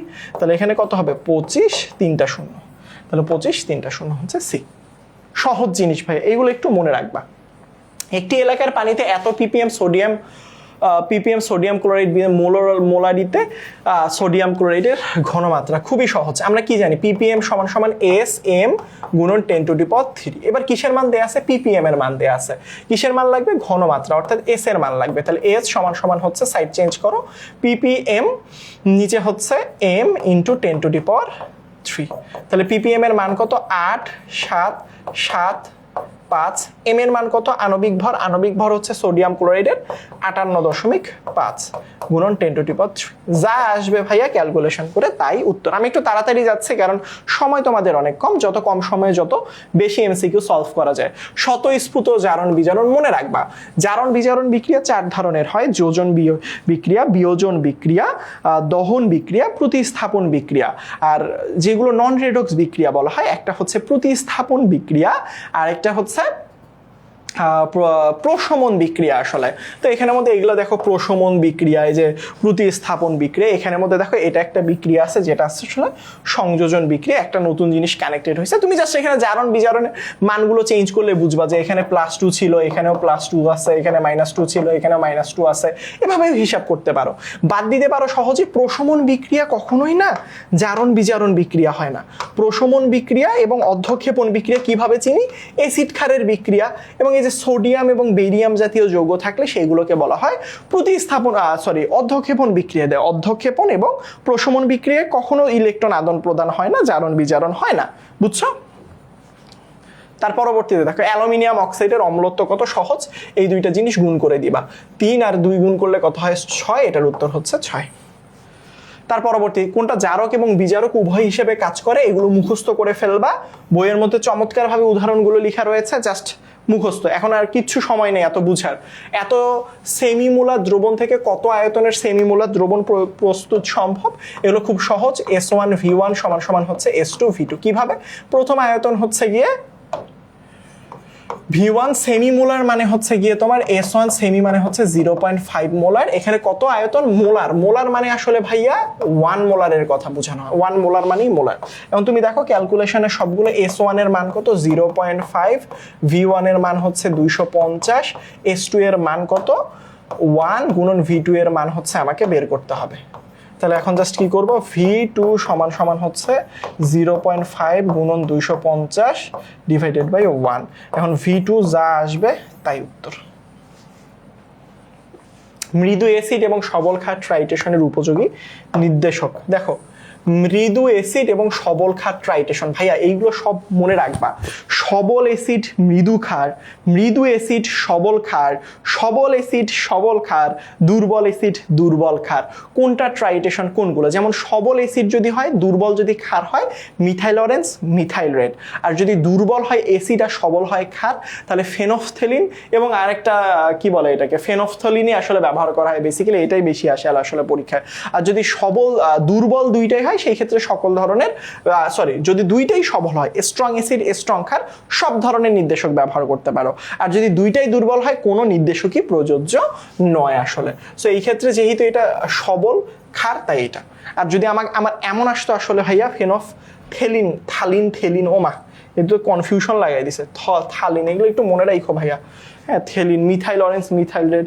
তার পরবর্তীতে, এত মোলার দ্রবণে হাইড্রোজেন আয়নের সংখ্যা কত, এই টাইপের প্রশ্ন দিয়ে দিয়েছে। এখানের মধ্যে আমাকে আয়তন দিয়ে দিয়েছে, ঘনমাত্রা দিয়েছে, আণবিক ভর দিয়েছে, আয়নের সংখ্যা নির্ধারণ করতে বলেছে। দেখো, আমরা তাহলে এখানের মধ্যে প্রথমে যে জিনিসটা বের করব, যদি এরকম দেয়, আমরা জানি না N সমান সমান n ইন্টু 6.02 গুণন 10⁻23। এটা কই থেকে পাইলেন ভাইয়া? ওই যে প্রথমে সূত্র একটা লিখে দিছি, দেখো n সমান সমান w/m সমান সমান v/22.4 সমান সমান 6.02 গুণন 10⁻23, নিচে উপরে হচ্ছে n, সেখান থেকে আমি সাইড চেঞ্জ করে এই সূত্রটা নিয়ে আসলাম। আমি জানি 9-10 তোমরা পড়েছো এই সূত্রটা, ধরে নিলাম। এখন সময় কোন এত এক্সপ্লেইন করব না। এখন দেখো এখানে হাইড্রোজেন আয়নের সংখ্যা জিজ্ঞেস করেছে। আমরা কি জানি? আমরা জানি আমরা যদি এখানের মধ্যে মোল সংখ্যাটা জাস্ট বের করতে পারি তাহলে বসাই দিলেই উত্তরটা একদম হয়ে গেল। তাহলে n সমান সমান SV ডিভাইডেড বাই 1000, এটাও s সমান সমান 1000 W/MB দিয়ে বের করা যায়। দেখো s এর মান কত? s এর মান হচ্ছে এখানের মধ্যে 500 তো না, 0.1 মোলার, জাস্ট 0.1 মোলার, আয়তন হচ্ছে 500, নিচে হচ্ছে 1000, কাটাকাটি 1টা 2টা 3টা 4টা কাটে 0.01। এখন এখানের মধ্যে জাস্ট এটা কি করবা? গুণ করবা 0.01 গুণন 6.02 গুণন 10⁻23, হয়তো বা 21 হবে, এরকম কিছু 22 বা এরকম কিছু একটা, জাস্ট ক্যালকুলেশন করবা হয়ে যাবে আসলে।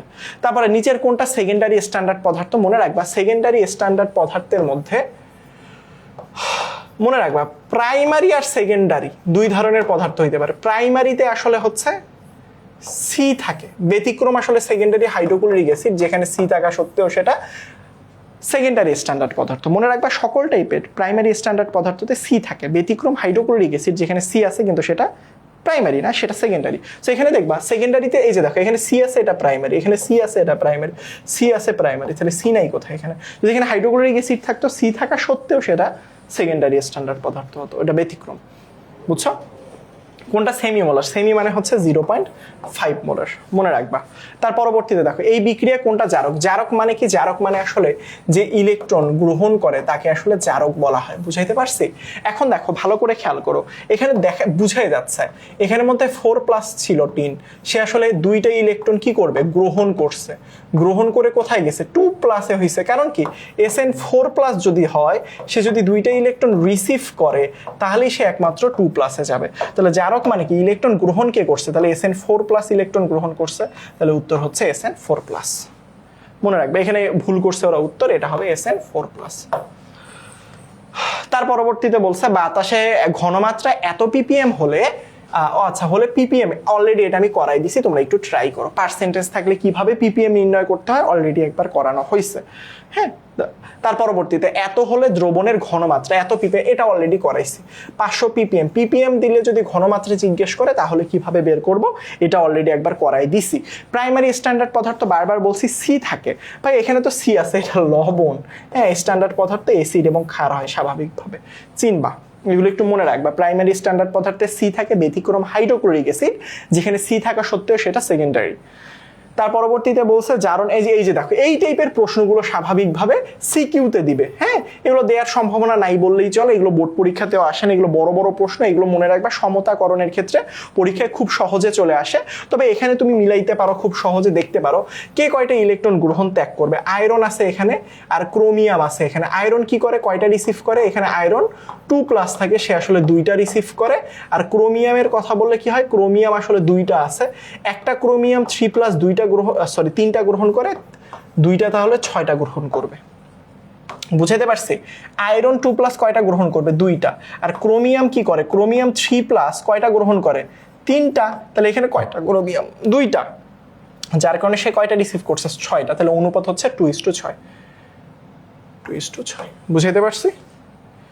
এখানে 3:5 লিখছে, বাট এটা 3 মানে কি বলে এটাকে 2:6 হবে আসলে। যদিও বা এখানে 5 লেখার কারণ হচ্ছে যে এখানে 5 আসবে, সামনে এখানে 3 আসবে। যাই হোক, এগুলো সমতা কইরো ভাইয়া। নিচের কোন যৌগের কেন্দ্রীয় জারণ মান সর্বনিম্ন? জারণ মান বের করবা, এগুলো 9-10 এর প্রশ্ন। এটা হচ্ছে যদিও বা এটা হচ্ছে ফার্স্ট পেপারে রাসায়নিক পরিবর্তনে ছিল। 3 × 6, এখানে 1 করলে এটা হচ্ছে 5, 3 × 6 এখানে হচ্ছে 4, 3 × 6 এটা হচ্ছে 6, এটা হচ্ছে +7। তাহলে কোনটার জারণ মান সব থেকে কম বলো তো? এই যে এটা, তাহলে উত্তর হচ্ছে বি নম্বর। তার পরবর্তীতে প্রাইমারি স্ট্যান্ডার্ড পদার্থ বলেছি সি থাকে, বাট কমন হচ্ছে হাইড্রোক্লোরিক অ্যাসিডে সি থাকা সত্ত্বেও সেটা সেকেন্ডারি স্ট্যান্ডার্ড পদার্থ, মনে রাখবা। তার পরবর্তীতে সেমিমোলার কোস্টিক সোডা দ্রবণের ppm এককে কত হবে? কোস্টিক সোডা মানে হচ্ছে সোডিয়াম হাইড্রোক্সাইড, মনে রাখবা। কোস্টিক পটাশ মানে হচ্ছে পটাশিয়াম হাইড্রোক্সাইড। কেমন?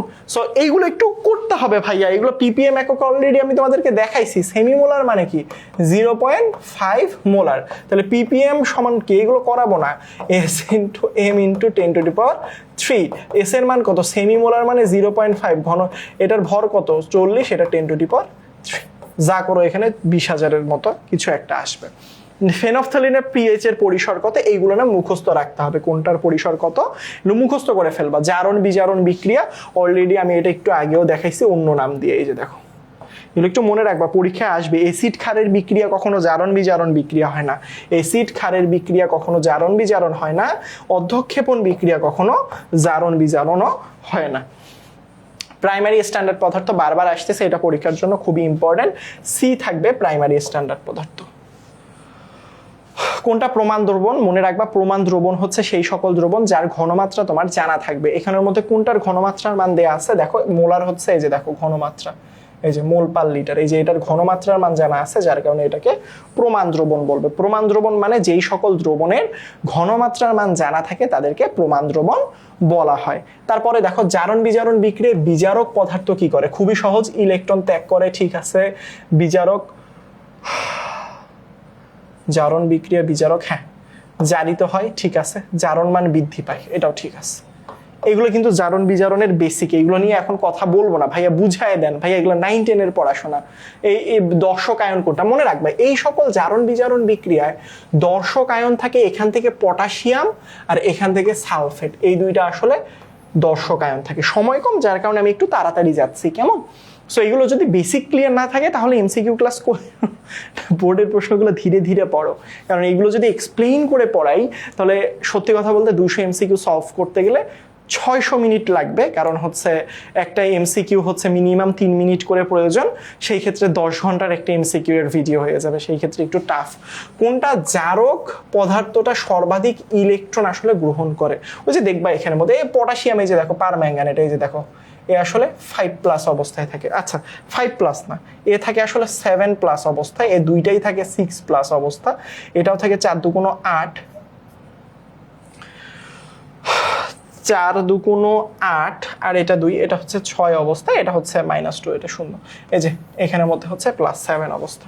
এগুলো একটু মনে রাখবা জাস্ট, এত মোলার দ্রবণে কত গ্রাম সোডিয়াম কার্বনেট থাকে, এটা হচ্ছে ওই যে 9-10 প্রশ্ন, W = SMV / 1000 ইউজ করলে ডাব্লুর মানটা বের করলে উত্তরটা বেরিয়ে যাবে। তারপরে প্রমাণ হাইড্রোজেন গ্যাস তৈরির দ্বারা হাইড্রোজেন আয়নের ঘনমাত্রা এবং চাপের শর্ত কত। ভাইয়া এগুলো দুনিয়ার সহজ জিনিস, এগুলো থিওরিটিক্যাল জিনিস, থিওরিটিক্যাল জিনিসগুলো শুধুমাত্র আমি একবার দেখিয়ে চলে যাব তোমাদেরকে, কেমন? এগুলো জাস্ট মুখস্থ করে ফেলবা, 1 মোলার এবং 100 কিলো প্যাসকেল, এটা মুখস্থ করবা। এই উৎপাদ বিক্রিয়া জারক বিজারকের অনুপাত কত, আসলে কি বলেছে, জারক এবং বিজারকের অনুপাত কত, খুবই সহজ ভাইয়া। এখানে দেখো এই যে আয়োডিন আছে, এখানে সোডিয়াম সালফেট আছে, এখন এইগুলো না শুধুমাত্র মনে রাখবা ভাইয়া, যদি তুমি জারণ বিজারণের সমতাকরণ বিক্রিয়াগুলো পড়ো, এইগুলো পারা কোনো ব্যাপারই না। সমতাকরণ বিক্রিয়া যদি না পড়ো এইগুলো পারবা না আসলে। যেমন এখানে আয়োডিন কয়টা, আয়োডিন হচ্ছে 2টা, তাই 2, এটা হবে 1, 2:1। এগুলো ভাইয়া মানে এগুলো আসলে বুঝাইতে গেলে বললাম না পুরো জারণ বিজারণ বিক্রিয়া বোঝাতে হবে। এই যৌগে আয়রনের জারণ মান কত, খুবই সহজ, এ আছে +4, এ আছে সায়ানেট -6, তাহলে দেখো -6 থেকে +4 কাটা গেলে থাকে 2, যার কারণে আয়রনের এখানে হবে 2, মনে রাখবা। তার পরবর্তীতে এত মোলার হাইড্রোক্লোরিক অ্যাসিডের দ্রবণের পিএইচ এর মান কত, 9-10 প্রশ্ন, pH = -log of hydrogen ion, এখানে ঘনমাত্রা বসাও। আরো সহজে জানলে দেখো দশমিকের পরে যদি 001 থাকে, যে কয়েকটা সংখ্যা, এখানে কয়টা সংখ্যা, 1টা 2টা 3টা, যার কারণে এটার উত্তর হচ্ছে 3। এটা চাইলে তুমি ক্যালকুলেটর ইউজ করতে দেয়, যার কারণে এখানের মধ্যে যদি ঘনমাত্রা মানটা বসাও উত্তরটা বেরিয়ে আসবে। এই বিক্রিয়ায় কেন্দ্রীয় পরমাণুর জারণ মান কত, এটা অলরেডি আমরা করছি একবার, 3 দুগুণ 6, এটা কাটা গেলে হচ্ছে 4, তার মানে এটা উত্তর হচ্ছে এ যৌগ। ও আচ্ছা, এ যৌগ, এই যে O6 করলে এখানের মধ্যে 2.5 আসবে, এটা অলরেডি করানো হয়েছে, বুঝছো? ঠিক আছে, জাস্ট এটাকে ডাবল করে দিছে, জাস্ট ডাবল করলে হয়ে গেছে। কোনটা সর্বাধিক ইলেকট্রন গ্রহণ করবে, এটা অলরেডি পড়ছি, এটা +7 হওয়ার কারণে সর্বাধিক গ্রহণ করার ক্ষমতা রাখে। অ্যালুমিনিয়াম থেকে কত ফ্যারাডে বিদ্যুৎ প্রয়োজন, ভাই খুবই সহজ, যতগুলো ইলেকট্রন গ্রহণ বা ত্যাগ হয় ততগুলোই আসলে বিদ্যুৎ প্রয়োজন হয়। অ্যালুমিনিয়াম 3+ এর কথা বললে সে কয়টা ইলেকট্রন গ্রহণ করে? 3টা ইলেকট্রন গ্রহণ করার মাধ্যমে অ্যালুমিনিয়ামে পরিণত হয়। ইলেকট্রন গ্রহণের সংখ্যা কতগুলো ভাইয়া বলো তো? 3টা না, যার কারণে এটা সংখ্যা হবে 3। কোনটি জারণ বিজারণ অর্ধকোষ? জারণ বিজারণ মানে ইলেকট্রন ছাড়ন। একমাত্র দেখো এখানে শূন্য ছিল, একটা ইলেকট্রন ত্যাগ করে দিছে, যার কারণে এটা জারণ অর্ধকোষ। এই বিক্রিয়ায় কোনটা কোষ বিভব কত? এটা একটা অসম্পূর্ণ প্রশ্ন। একটি কপার তারে এত মিলি এম্পিয়ার, মনে রাখবা মিলি এম্পিয়ার থেকে, মনে রাখবা মিলি এম্পিয়ার থেকে যদি তুমি এম্পিয়ারে কনভার্ট করতে চাও তাহলে 10⁻³ দিয়ে গুণ করতে হয়। কি দিয়ে গুণ করতে হয়? 10⁻³ দিয়ে গুণ করতে হয়। কেমন? কত দিয়ে গুণ করতে হয়? 10⁻³ দিয়ে গুণ করতে হয়। কোথায় থেকে কোথায় নিলে? মিলি এম্পিয়ার থেকে এম্পিয়ারে নিলে। এখন দেখো তুমি এখানের মধ্যে কি কি পাচ্ছ? বলেছে এম্পিয়ার মানে হচ্ছে আই এর মান পেয়েছ কত? 0.1 গুণন 10⁻³ এম্পিয়ার। সময় পেয়েছ কত? 15 মিনিট। তার মানে 15 গুণন 600, 900 সেকেন্ড কি এরকম কিছু একটা হবে। 600, 900 হওয়ার কথা। আচ্ছা, কত ইলেকট্রন প্রবাহিত হয়েছে? কত ইলেকট্রন প্রবাহিত হয়েছে এটার আগে তোমাকে আগে বলে কতটুকু আধান প্রবাহিত হয়েছে এটা বুঝতে হবে। তাহলে আধানের মান কি? Q = IT। তাহলে I এর মান কত? I এর মান হচ্ছে 0.1 × 10⁻³। T এর মান কত? T এর মান হচ্ছে 15 × 60। মানে এখানের মধ্যে যা আসবে এটা কিউ এর মান। ভাইয়া কিউ এর মান তো পাইলাম, আধানের মান পাইলাম, কিন্তু ইলেকট্রনের কথা বলেছে। ভাইয়া মনে রাখবা যেই আধানটা তুমি এখানে পাবা সেখানে যদি ইলেকট্রনের চার্জ দিয়ে ভাগ করো, ইলেকট্রনের চার্জ হচ্ছে 1.6 গুণন 10⁻⁻19, তাহলে এখানে তোমার ইলেকট্রনের সংখ্যাটা বেরিয়ে যাবে। খুবই সহজ। তারপরে চলো, প্রমাণ হাইড্রোজেন তড়িৎদ্বার বিভব, এগুলো জানা। প্রমাণ হাইড্রোজেনের হচ্ছে 0, বুঝছো? তাকে প্রমাণ বা স্ট্যান্ডার্ড ধরে বাকিগুলো হিসেব করা হয়। লবণ সেতুতে কোনটা ব্যবহার করা হয়? Potassium nitrate. মনে রাখবে, এগুলো মুখস্থ করে ফেলবা ভাইয়া। কোনটা? অ্যামোনিয়াম ক্লোরাইডও মাঝে মাঝে ব্যবহার করা হয়। ইলেকট্রোডে প্রবাহিত করা হলে বিদ্যুতের চার্জ কত কুলম্ব? আসলে চার্জের কথা জিজ্ঞেস করেছে। চার্জ মানে কি? কিউ। কিউ সমান সমান আমরা কি জানি? আইটি জানি। তাহলে কিউ সমান সমান আই এর মান কত বলো তো? এত। তার মানে কি হবে? 2.5 এম্পিয়ার। টি কত? এত মিনিট মানে 60। এই যে যা আসবে এখানের মধ্যে 120, 150 কুলম্ব। বুঝাইতে পারছি? আচ্ছা, জিঙ্কের তড়িৎ রাসায়নিক তুল্যাঙ্ক খুবই সহজ জিনিস। তড়িৎ রাসায়নিক তুল্যাঙ্ক কিভাবে বের করতে হয়? খুবই সহজ ভাইয়া। তড়িৎ রাসায়নিক তুল্যাঙ্ক যদি বের করো, এটা হচ্ছে জেড দ্বারা প্রকাশ করা হয়। জেড, এটা জিঙ্কের জেড না, কিন্তু তড়িৎ রাসায়নিক তুল্যাঙ্ক এটা হচ্ছে M/NF। এম মানে কত? এম মানে পারমাণবিক ভর, যেহেতু জিঙ্কের বের করতে বলছে 65.4 ভর। এম মানে জিঙ্ক স্বাভাবিক 2+ হয়, তাই এন এর মান 2, আর ফ্যারাডে হচ্ছে 96,500। তাহলে এটার উত্তরে যে দেখো ভাগ করে যা আসবে তাই উত্তর। তারপর কোনটা জারণ বোঝায়? জারণ মানে ছাড়ন। এখানে দেখো 0 থেকে 2+ হয়েছে, যার কারণে এটাকে জারণ বোঝায়।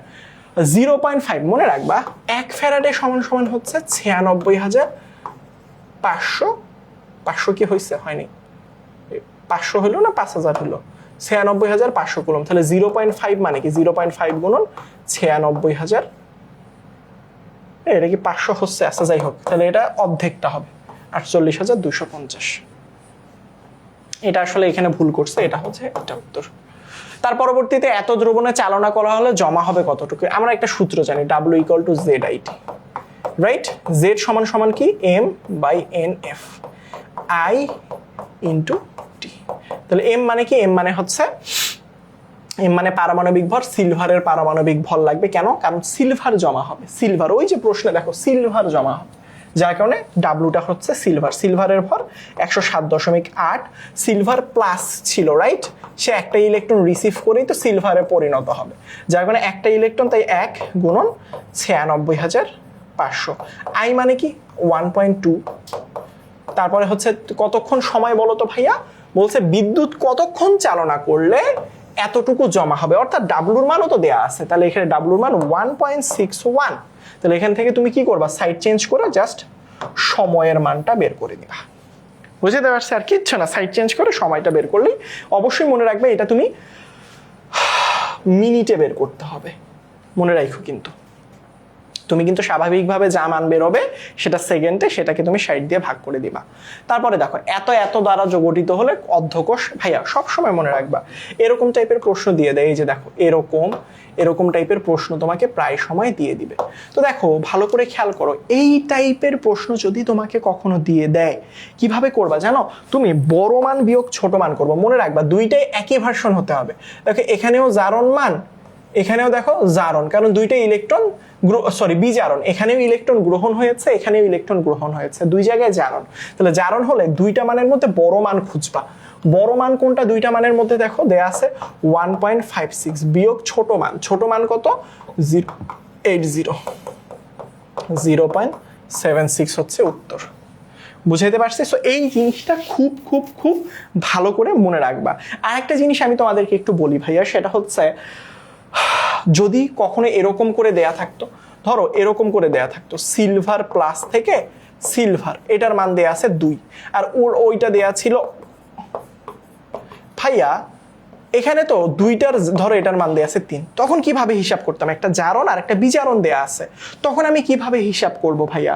সো দুইটা যদি একই ভার্সন দেয়া থাকে, দুইটাই জারণ মান দুইটাই বিজারণ মান, তখনই আসলে বড় মান থেকে ছোট মানটা বিয়োগ করব।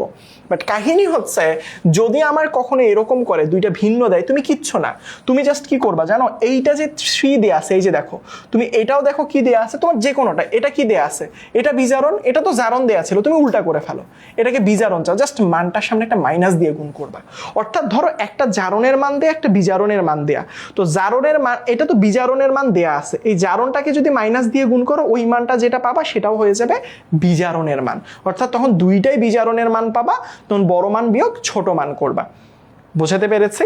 সো যদি এরকমও করতে পারতা যে ভাইয়া এখানের মধ্যে আমি উল্টাটা করতে চাচ্ছি, অর্থাৎ এই যে এখানে 3 প্লাসটা এখানে থাকলো, জাস্ট আমি এই প্লাসটা এখানে নিতে যাচ্ছি, তখন তুমি সামনে মাস জাস্ট মাইনাস দিয়ে গুণ করবা। অর্থাৎ জারণ মান থেকে বিজারণ মানে কনভার্ট হইতে গেলে মাইনাস দিয়ে গুণ করতে হয়। বুঝাইতে পারছি? তারপর অ্যালুমিনিয়াম ক্লোরাইড দ্রবণে এত ফ্যারাডে বিদ্যুৎ চার্জ প্রবাহিত করলে অ্যালুমিনিয়ামের পরিমাণ কত? খুবই সহজ ভাইয়া। অ্যালুমিনিয়াম ক্লোরাইড, অ্যালুমিনিয়াম কত প্লাস আছে? 3 প্লাস না? তাহলে 3 প্লাস থেকে সে কি করবে, 3টা ইলেকট্রন রিসিভ করে কিসে পরিণত হবে? অ্যালুমিনিয়ামে পরিণত হবে। তাহলে দেখো ভালো করে খেয়াল করো, তাহলে এখানের মধ্যে অ্যালুমিনিয়াম কত গ্রাম? 27 গ্রাম। এই 3টা ইলেকট্রন বা যতগুলো ইলেকট্রন তত ফ্যারাডে। তাহলে 27 গ্রাম, এই যে দেখো 27 গ্রামকে চার্জ মুক্ত করি 3 ফ্যারাডের মাধ্যমে। তার মানে দেখো 3 ফ্যারাডে দ্বারা চার্জ মুক্ত করা হয় 27 গ্রাম অ্যালুমিনিয়াম, তাহলে 1 ফ্যারাডে দ্বারা চার্জ মুক্ত করা হয় 27 ডিভাইডেড বাই 3, তাহলে এখানে কত হবে? 9 গ্রাম। তাহলে 9 গ্রামটা আসলে কত মোল ভাইয়া? তাহলে মোলের হিসাবে গেলে আমরা কি জানি? N সমান সমান W বাই M। W কতটুকু পাইছি? 9 গ্রাম। এটাই তো করলাম, 1 ফ্যারাডে দিয়ে 9 গ্রাম। পারমাণবিক ভরে অ্যালুমিনিয়ামের কত? 27। তাহলে ভাগ করলে 1/3। উত্তর কোনটা? উত্তর হচ্ছে এটা। এগুলো একটু মনে রাখবা ভাইয়া। তার পরবর্তীতে দেখো কোনটা সব থেকে বিজারক, শক্তিশালী বিজারক? মনে রাখবা ভাইয়া, যারা খুব সহজে ইলেকট্রন দান করতে পারে তারা শক্তিশালী বিজারক হয়। ওই যে কে না কে ম্যাকগাইভার এলো যেন ফিরে পাবে সে সোনা হাই কুলঙ্গার হাজি আজি পেটাবে আমায়, সেখানে সক্রিয়তা সিরিজে দেখবা কে সব থেকে উপরে অবস্থান করে, দেখবা এখানে লিথিয়াম সব থেকে উপরে অবস্থান করে। কোনটা সুপরিবাহী নয়? কার্বন একটা অধাতু, তাই সে সুপরিবাহী না, এটা আসলে ভুল দিছে, এটা হচ্ছে কার্বন। তার পরবর্তীতে দেখো কোনটা দুর্বল তড়িৎ বিশ্লেষণ? মনে রাখবা দুর্বল ক্ষার, দুর্বল অ্যাসিড এবং দুর্বল অ্যাসিড দুর্বল ক্ষারের সমন্বয়ে গঠিত লবণটা হচ্ছে দুর্বল তড়িৎ বিশ্লেষণ। মানে সব দুর্বল জিনিসপত্রই আসলে দুর্বল তড়িৎ বিশ্লেষণ। দুর্বল অ্যাসিড দুর্বল ক্ষার তো চেনা উচিত তোমার। আচ্ছা, ব্রাইনের তড়িৎ বিশ্লেষণ করলে কোনটা পাওয়া যায়? এটা আসলে মুখস্থ জিনিস, মুখস্থ রাখবা এগুলা। তারপর অ্যালুমিনিয়াম ক্লোরাইড কত ফ্যারাডে 54 গ্রাম অ্যালুমিনিয়াম সঞ্চিত হবে? দেখো ভাইয়া খুবই সহজ, অ্যালুমিনিয়াম 3+, কারণ এখানে অ্যালুমিনিয়াম আসলে 3+ আকারে আছে, 3+, 3টা ইলেকট্রন গ্রহণ করে অ্যালুমিনিয়ামে পরিণত হয়। তাহলে অ্যালুমিনিয়াম কত গ্রাম? 27 গ্রাম, এটা হচ্ছে 3 ফ্যারাডে। মানে আমরা কি বলতে পারি, 27 গ্রামের মাধ্যমে 3 ফ্যারাডে আসলে কি করা হয় বলো তো? চার্জ মুক্ত করা হয়। এখানে বলছে 54 গ্রাম অ্যালুমিনিয়াম, তার মানে 1 গ্রাম সঞ্চিত হবে 3 ডিভাইডেড বাই 27 ফ্যারাডে। তাহলে কত পরিমাণ দেয়া আছে বলো? 54 গ্রাম। তাহলে কি হবে? 3 গুণন 54 ডিভাইডেড বাই 27 ফ্যারাডে। এটা কাটা গেলে 2 আর 3 গুণ করলে 6। সেমিকন্ডাক্টর হিসেবে জি স্যার আসেন, সাবধানে টুলে বসেন। এই যে দেখো মনে রাখবা জি স্যার আসেন সাবধানে টুলে বসেন। এই মৌলগুলোর যে নামগুলো দেয়া রয়েছে প্রত্যেকটা মনে রাখবা, এই মৌলগুলোর নাম প্রত্যেকটা মনে রাখবা। তার পরবর্তীতে জিঙ্কের বিজারণ বিভবের মান, ভাইয়া এগুলো মুখস্থ করবে, এগুলো বুঝানোর এখন কিছু নাই, পরীক্ষা কিছুক্ষণ পরেই আসলে কিছু সময় পরেই পরীক্ষা। এত এম্পিয়ার ধরে ইলেকট্রোড প্রবাহিত বিদ্যুতে কত কুলম্ব চার্জ জমা হবে? এই যে Q is equal to IT, যেটা আমি আগেই বলছি। আই কত? 2.5, 1 মিনিট মানে 60 সেকেন্ড, গুণ করলে হয় 150। অলরেডি করাই দিছে। এত হলে এটা তো আসলে বলছিলাম, এই যে দেখো এখানের মধ্যে দেখো এটা শূন্য থেকে এখানে গেছে, এখানেও শূন্য থেকে এখানে গেছে, অর্থাৎ দুইটাই জারণ বিভব দেয়া। তাহলে জারণ বিভব দেয়া থাকলে বড় মান থেকে ছোট মানটা বিয়োগ করতে হয়। বড় মান কত? প্লাস, দেখো বড় মান কত? বড় মান হচ্ছে প্লাস 0.76, বড় মান বিয়োগ ছোট মান 0.769। তাহলে এখানের মধ্যে কি হবে? প্লাস 0.76 মাইনাসে মাইনাসে প্লাস 0.769, যোগ করলে 1 পয়েন্ট সামথিং আসে। এই যে বুঝছো, এগুলো পারবা। এত ধরে চালনা করলে কত ডাব্লিউ ইকুয়াল টু জেড আইটির মাধ্যমে এটা সলভ করবে। এটা সিকিউতেও সলভ করাই দেয়া আছে। কোন প্রক্রিয়া তড়িৎ বিশ্লেষণের সময় অবশ্যই বিজারণ বিক্রিয়া ঘটে? ক্যাথোডে বিজারণ, অ্যানোডে জারণ বিক্রিয়া হয়। হাইড্রোজেন পরমাণু বিভবের মান যে শূন্য, এটা বারবার বলে এসেছি। তারপরে এত হলে কোন আয়নটি সর্বপ্রথম চার্জ মুক্ত হবে? এগুলো ভাইয়া যেমন এখানে বিভবের মান দেয়া রয়েছে, সব থেকে বেশি তাড়াতাড়ি চার্জ মুক্ত হয় কোনটা?